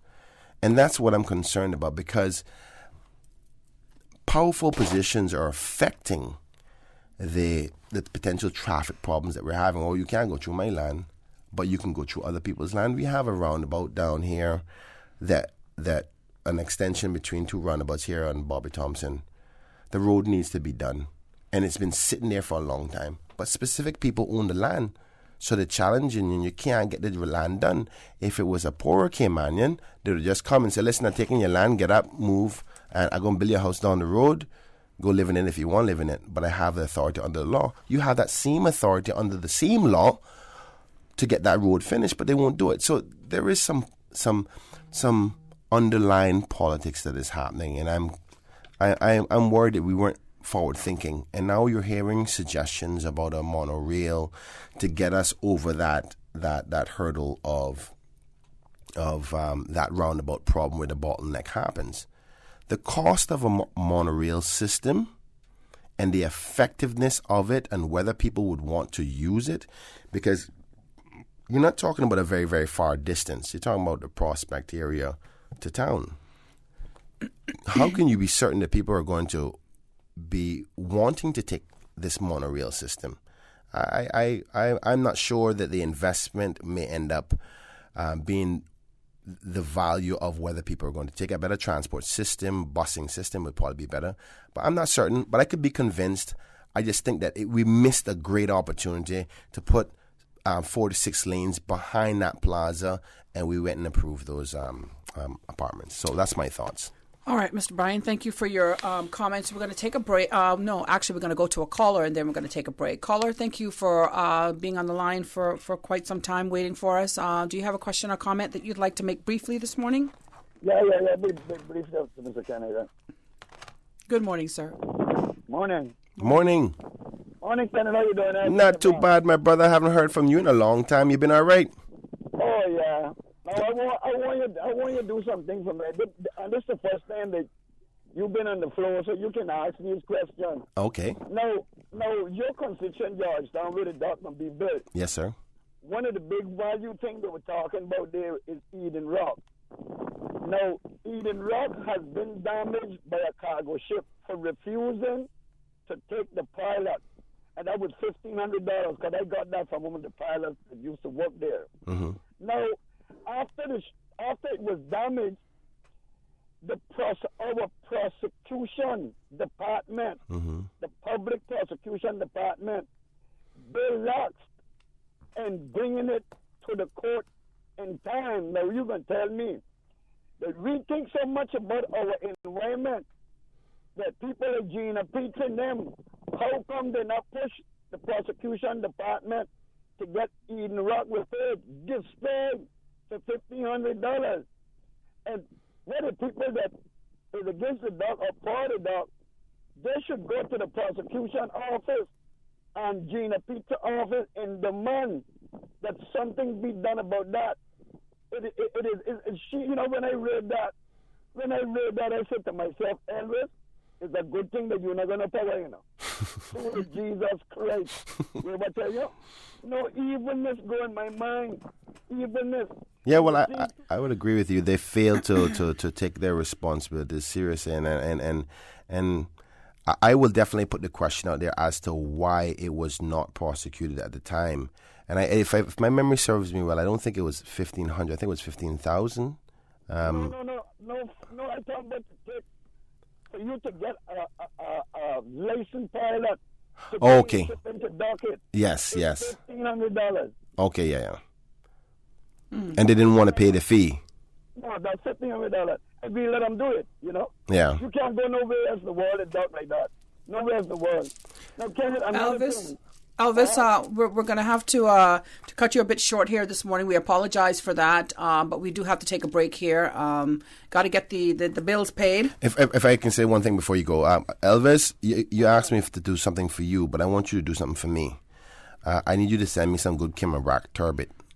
I need some good rundown. So you can get 2 turbos for me, send it down on a flight with somebody from Kimmerbach, well. and send them down. Because the Kimmerbach turbot and the Cayman turbot, they're 2 different type of turbot, you know. And the taste different. So you send 2 down for me. Take care, my brother. Love you. Have a great day, Elvis. All right. All right, we're going to take a break here, and for the record now, we'll be right back. Why my wife always asking if I'm in a rush when she's the one always making us late? Might as well say, yeah, I'm in a rush and go buy the new Toyota Rush you've been talking about. Because they on sale this month. Dial, teacher. The super special spring SUV sale at Vant Motors. Save up to $4,400 with SUVs starting at only $23,500, like the 7-seater Toyota Rush. Save money, get cash back, or use the discount to upgrade features on the SUV of your choice, including the Toyota RAV4, the Fortuner, the Rush, or the Ford EcoSport. It's our super special spring SUV sale only at Vant Motors, Walkers Road. Radio Cayman 11 a.m. News Headlines is brought to you by Savannah Pharmacy. Savannah Pharmacy, just around the corner with everything your family needs and convenient opening hours, including Sundays and holidays. Stay updated with the very latest news from Cayman, the region, and around the world. The 11 o'clock headlines, brought to you by Savannah Pharmacy. For more information, call 946-3336. Business owners, managers, and marketers interested in learning how digital and social media marketing can help grow your business? Join Yellow Media Group Monday, May 27th at Yellow Digicon and unleash your company's digital potential. Learn from international digital marketing and social media experts, including speakers from Google and Matchcraft, plus a Fortune 500 digital marketing strategist. Complimentary registration for Yellow Media Group customers. Register now at digiconcayman.com or findyellow.com. Presented by Yellow Media Group in partnership with Google.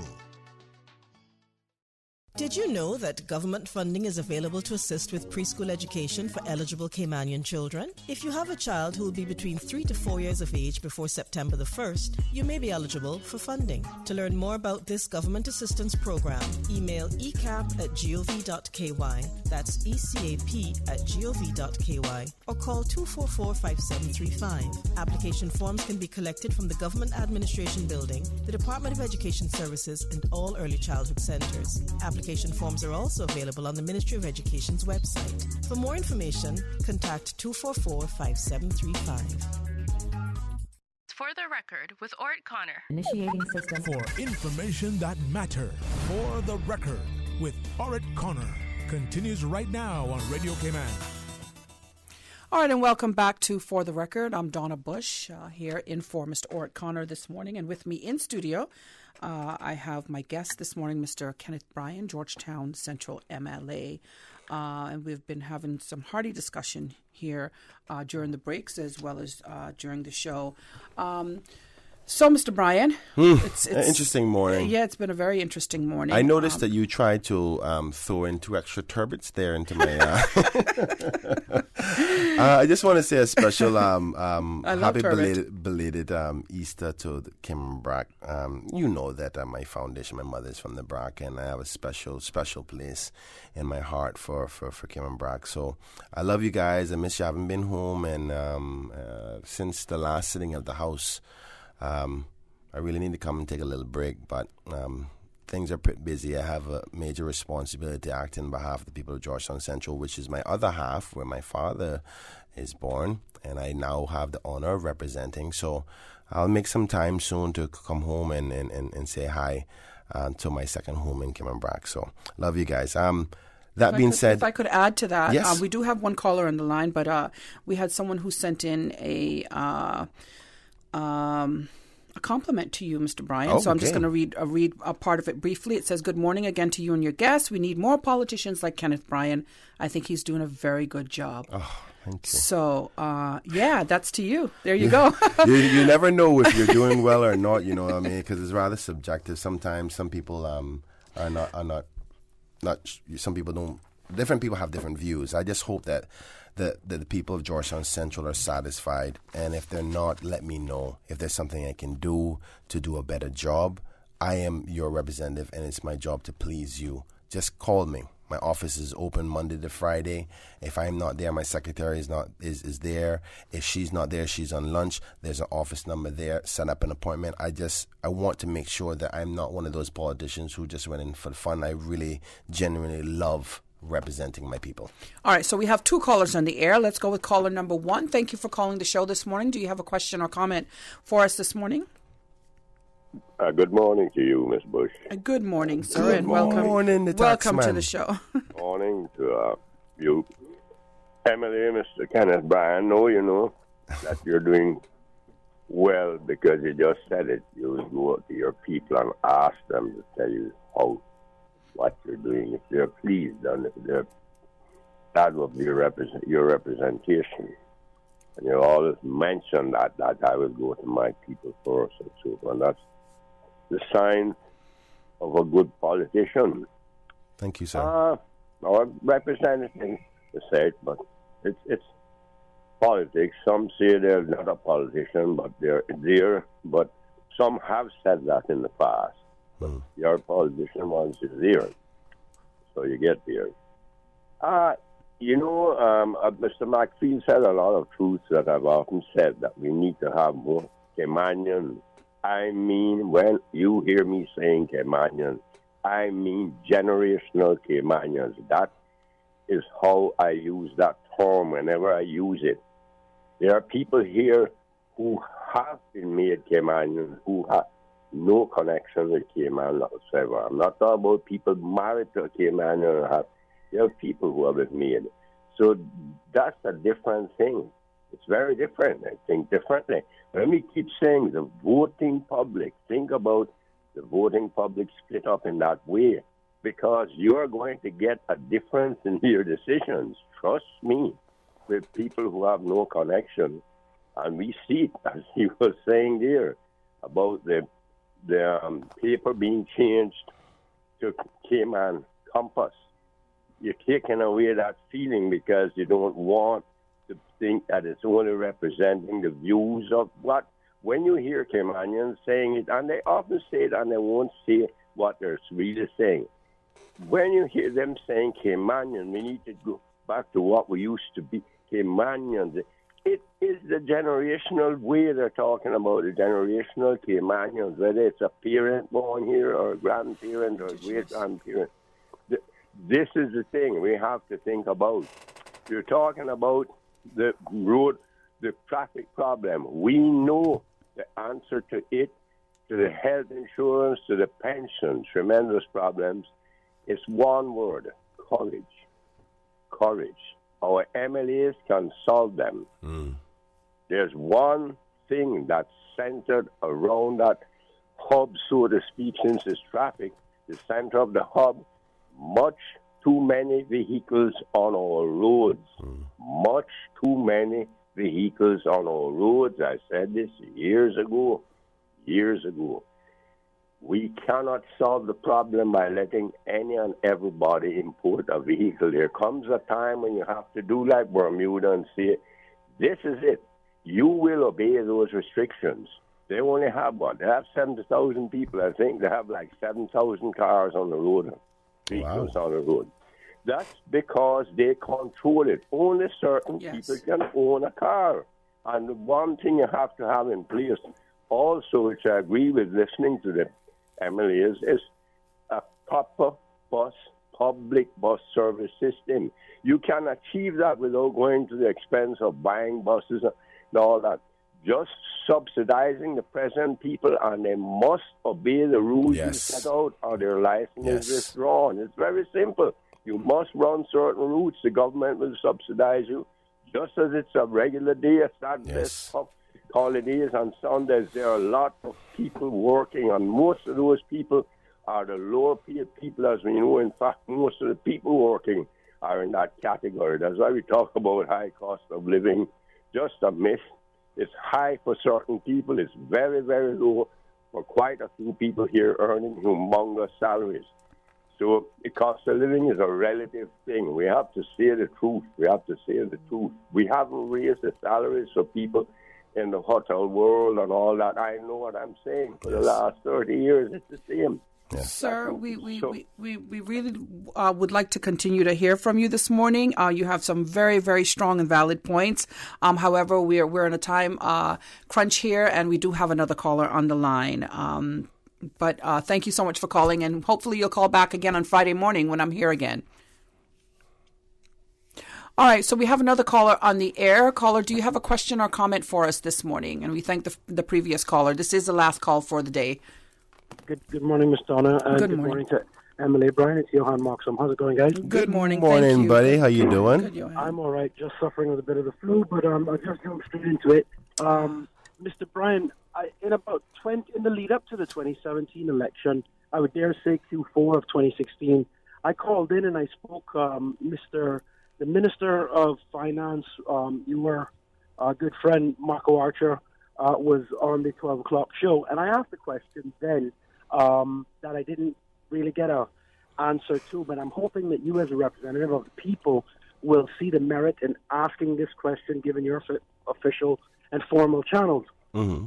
Is the Cayman Islands government able to say definitively what exactly is the total amount of concessions that have been granted by this administration, the previous administration? Let's just use a 10 to 12 year span on concessions that have been granted, because we keep talking about the things that we need and we keep talking about the things that we're going to build, but all of that stuff costs money. And if you don't have alternate or other revenue streams to finance these sort of projects, it all begs the question of how can we afford to do these things. So the question that I would ask you to ask on behalf of those of us in society is, can the government say what the total amount of concessions has been granted over the past 12 years? And secondly, have the beneficiaries of these sort of concessions fulfilled their obligations? Because to get a concession, you obviously have promised something along the way. But is there any sort of metric to gauge that the beneficiaries of these concession packages have actually fulfilled their obligations? Yes. And we'd like to be able to understand what that is, because it's one thing to grant concessions when the economy is at a downturn and you're trying to inject some sort of economic activity into the economy. However, at a time when Cayman is in its boom and we're told that the economy is in a sweet spot and there's lots of growth, we really shouldn't be granting concessions as if they're M&Ms to every and anybody. So that's just a question, because of all of the things that we've spoken about with regards to building more roads, building a port, building airports, so on and so forth. All of these things cost money, but if you don't have the revenue or you aren't able to track the concessions and value of those concessions, at some point the well's going to run dry. So thank you very much and have a good day, guys. Thank you, Mr. Moxham. Thanks for calling us. All right, we're going to, actually, I think you can take we're going to take a break. All right, we'll be back with more For the Record right after this. At Seaboard Marine, customers often ask us questions about their shipments. Hi, I'm thinking of buying a car from the States. Which port do you ship out of? Hi, we ship out of Miami, Houston, and Brooklyn. Just let us know your port of choice and we can provide you with a quotation and answer any questions you may have on insuring and protecting your vehicle during its journey. Shipping shore to shore, Seaboard.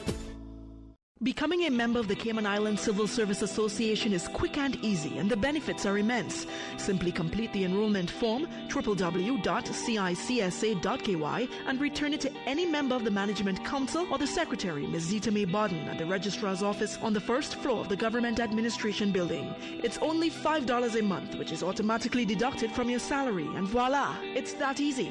The Cayman Islands Civil Service Association membership is open to all civil servants, statutory authority employees, government company employees, and all retired civil servants. For more information on becoming a member or the benefits of the Civil Service Association, please visit www.cisca.ky.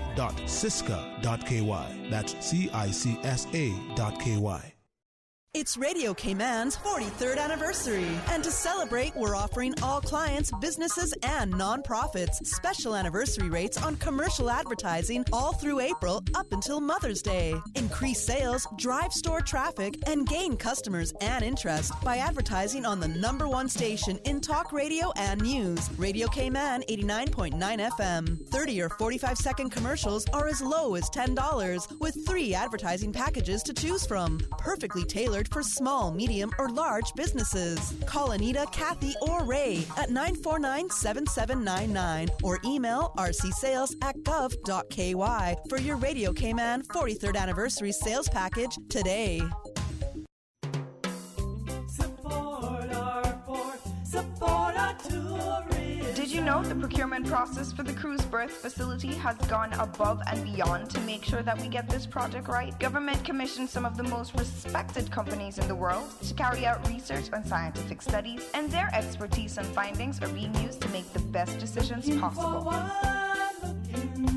Learn more and spread the word. Support our port, support our tourism.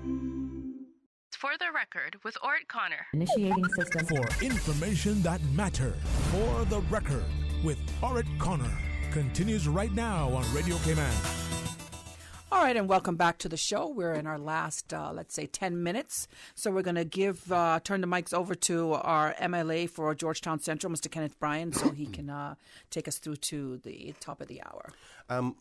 Donna, thank you so much. I want to firstly go to the previous caller and answer his questions. I want to say firstly, Johan, I hope you feel better soon. Yes. He could definitely hear that he's having some difficulty with his throat there, and get some honey and lime and shot of white rum.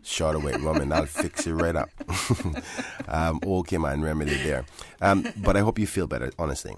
Trying to address this question now, it's a very important question, and the data as to the answer to that question is something that we should definitely be analyzing because of the effects of loss of revenues. It's a great question, Johan. I've posed something similar to that in respect to concessions, and that question was never answered.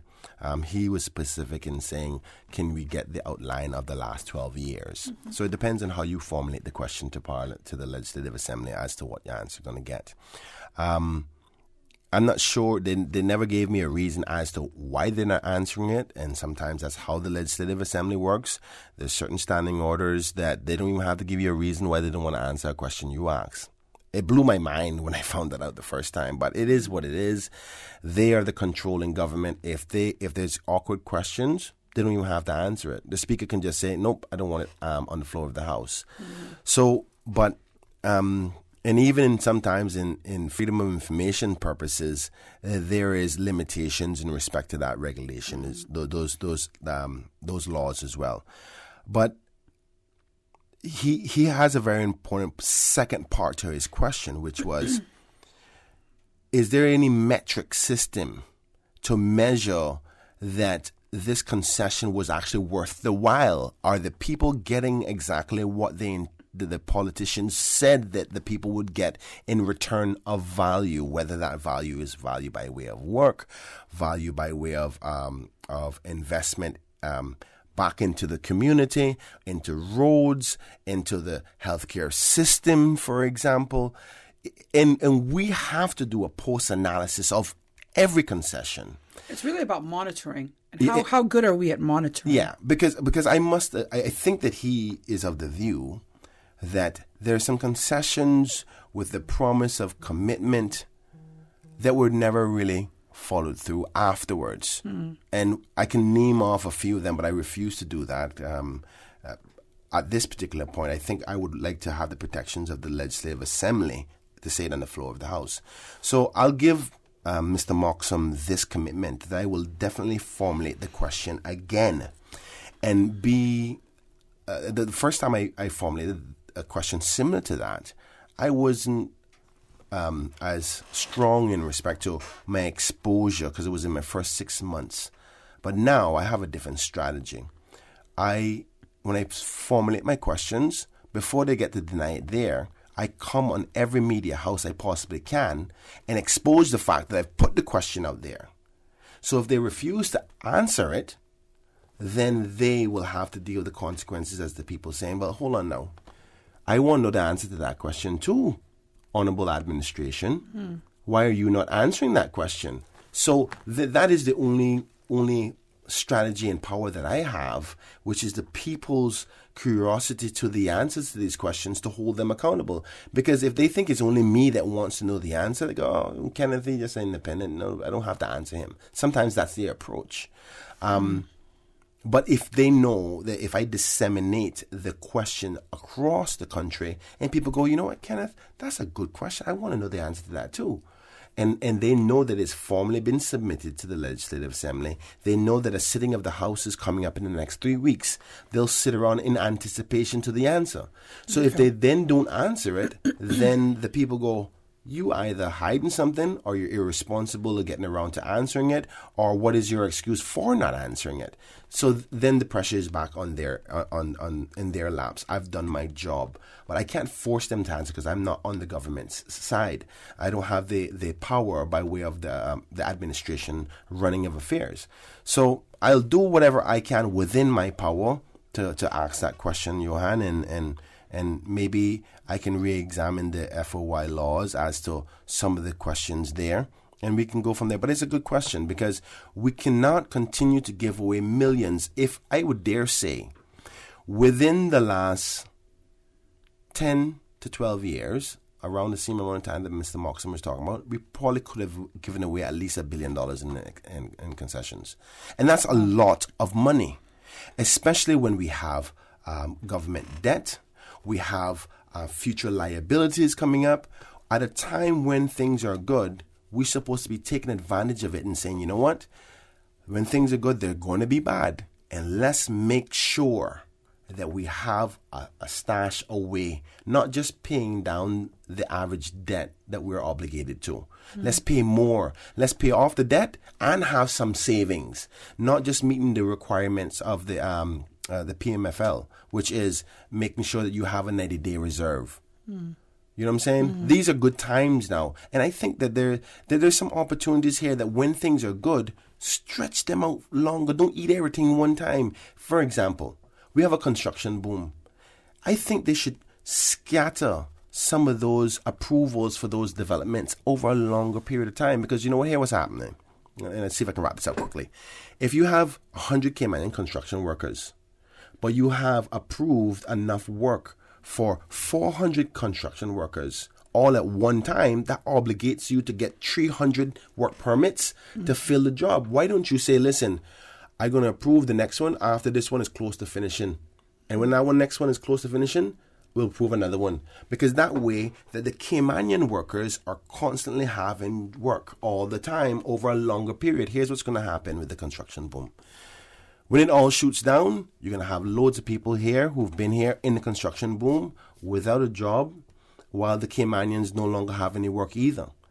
And it's gonna create a problem. These are the types of thinking that we need to do to say, let's think about the long-term effects of our decision-making and our approvals, our legislative changes, and these types of things. But politics gets in the way. Great opportunity to think about those things. Yeah. Sure. So anyway, that's a lot of politics for one a post-Easter conversation.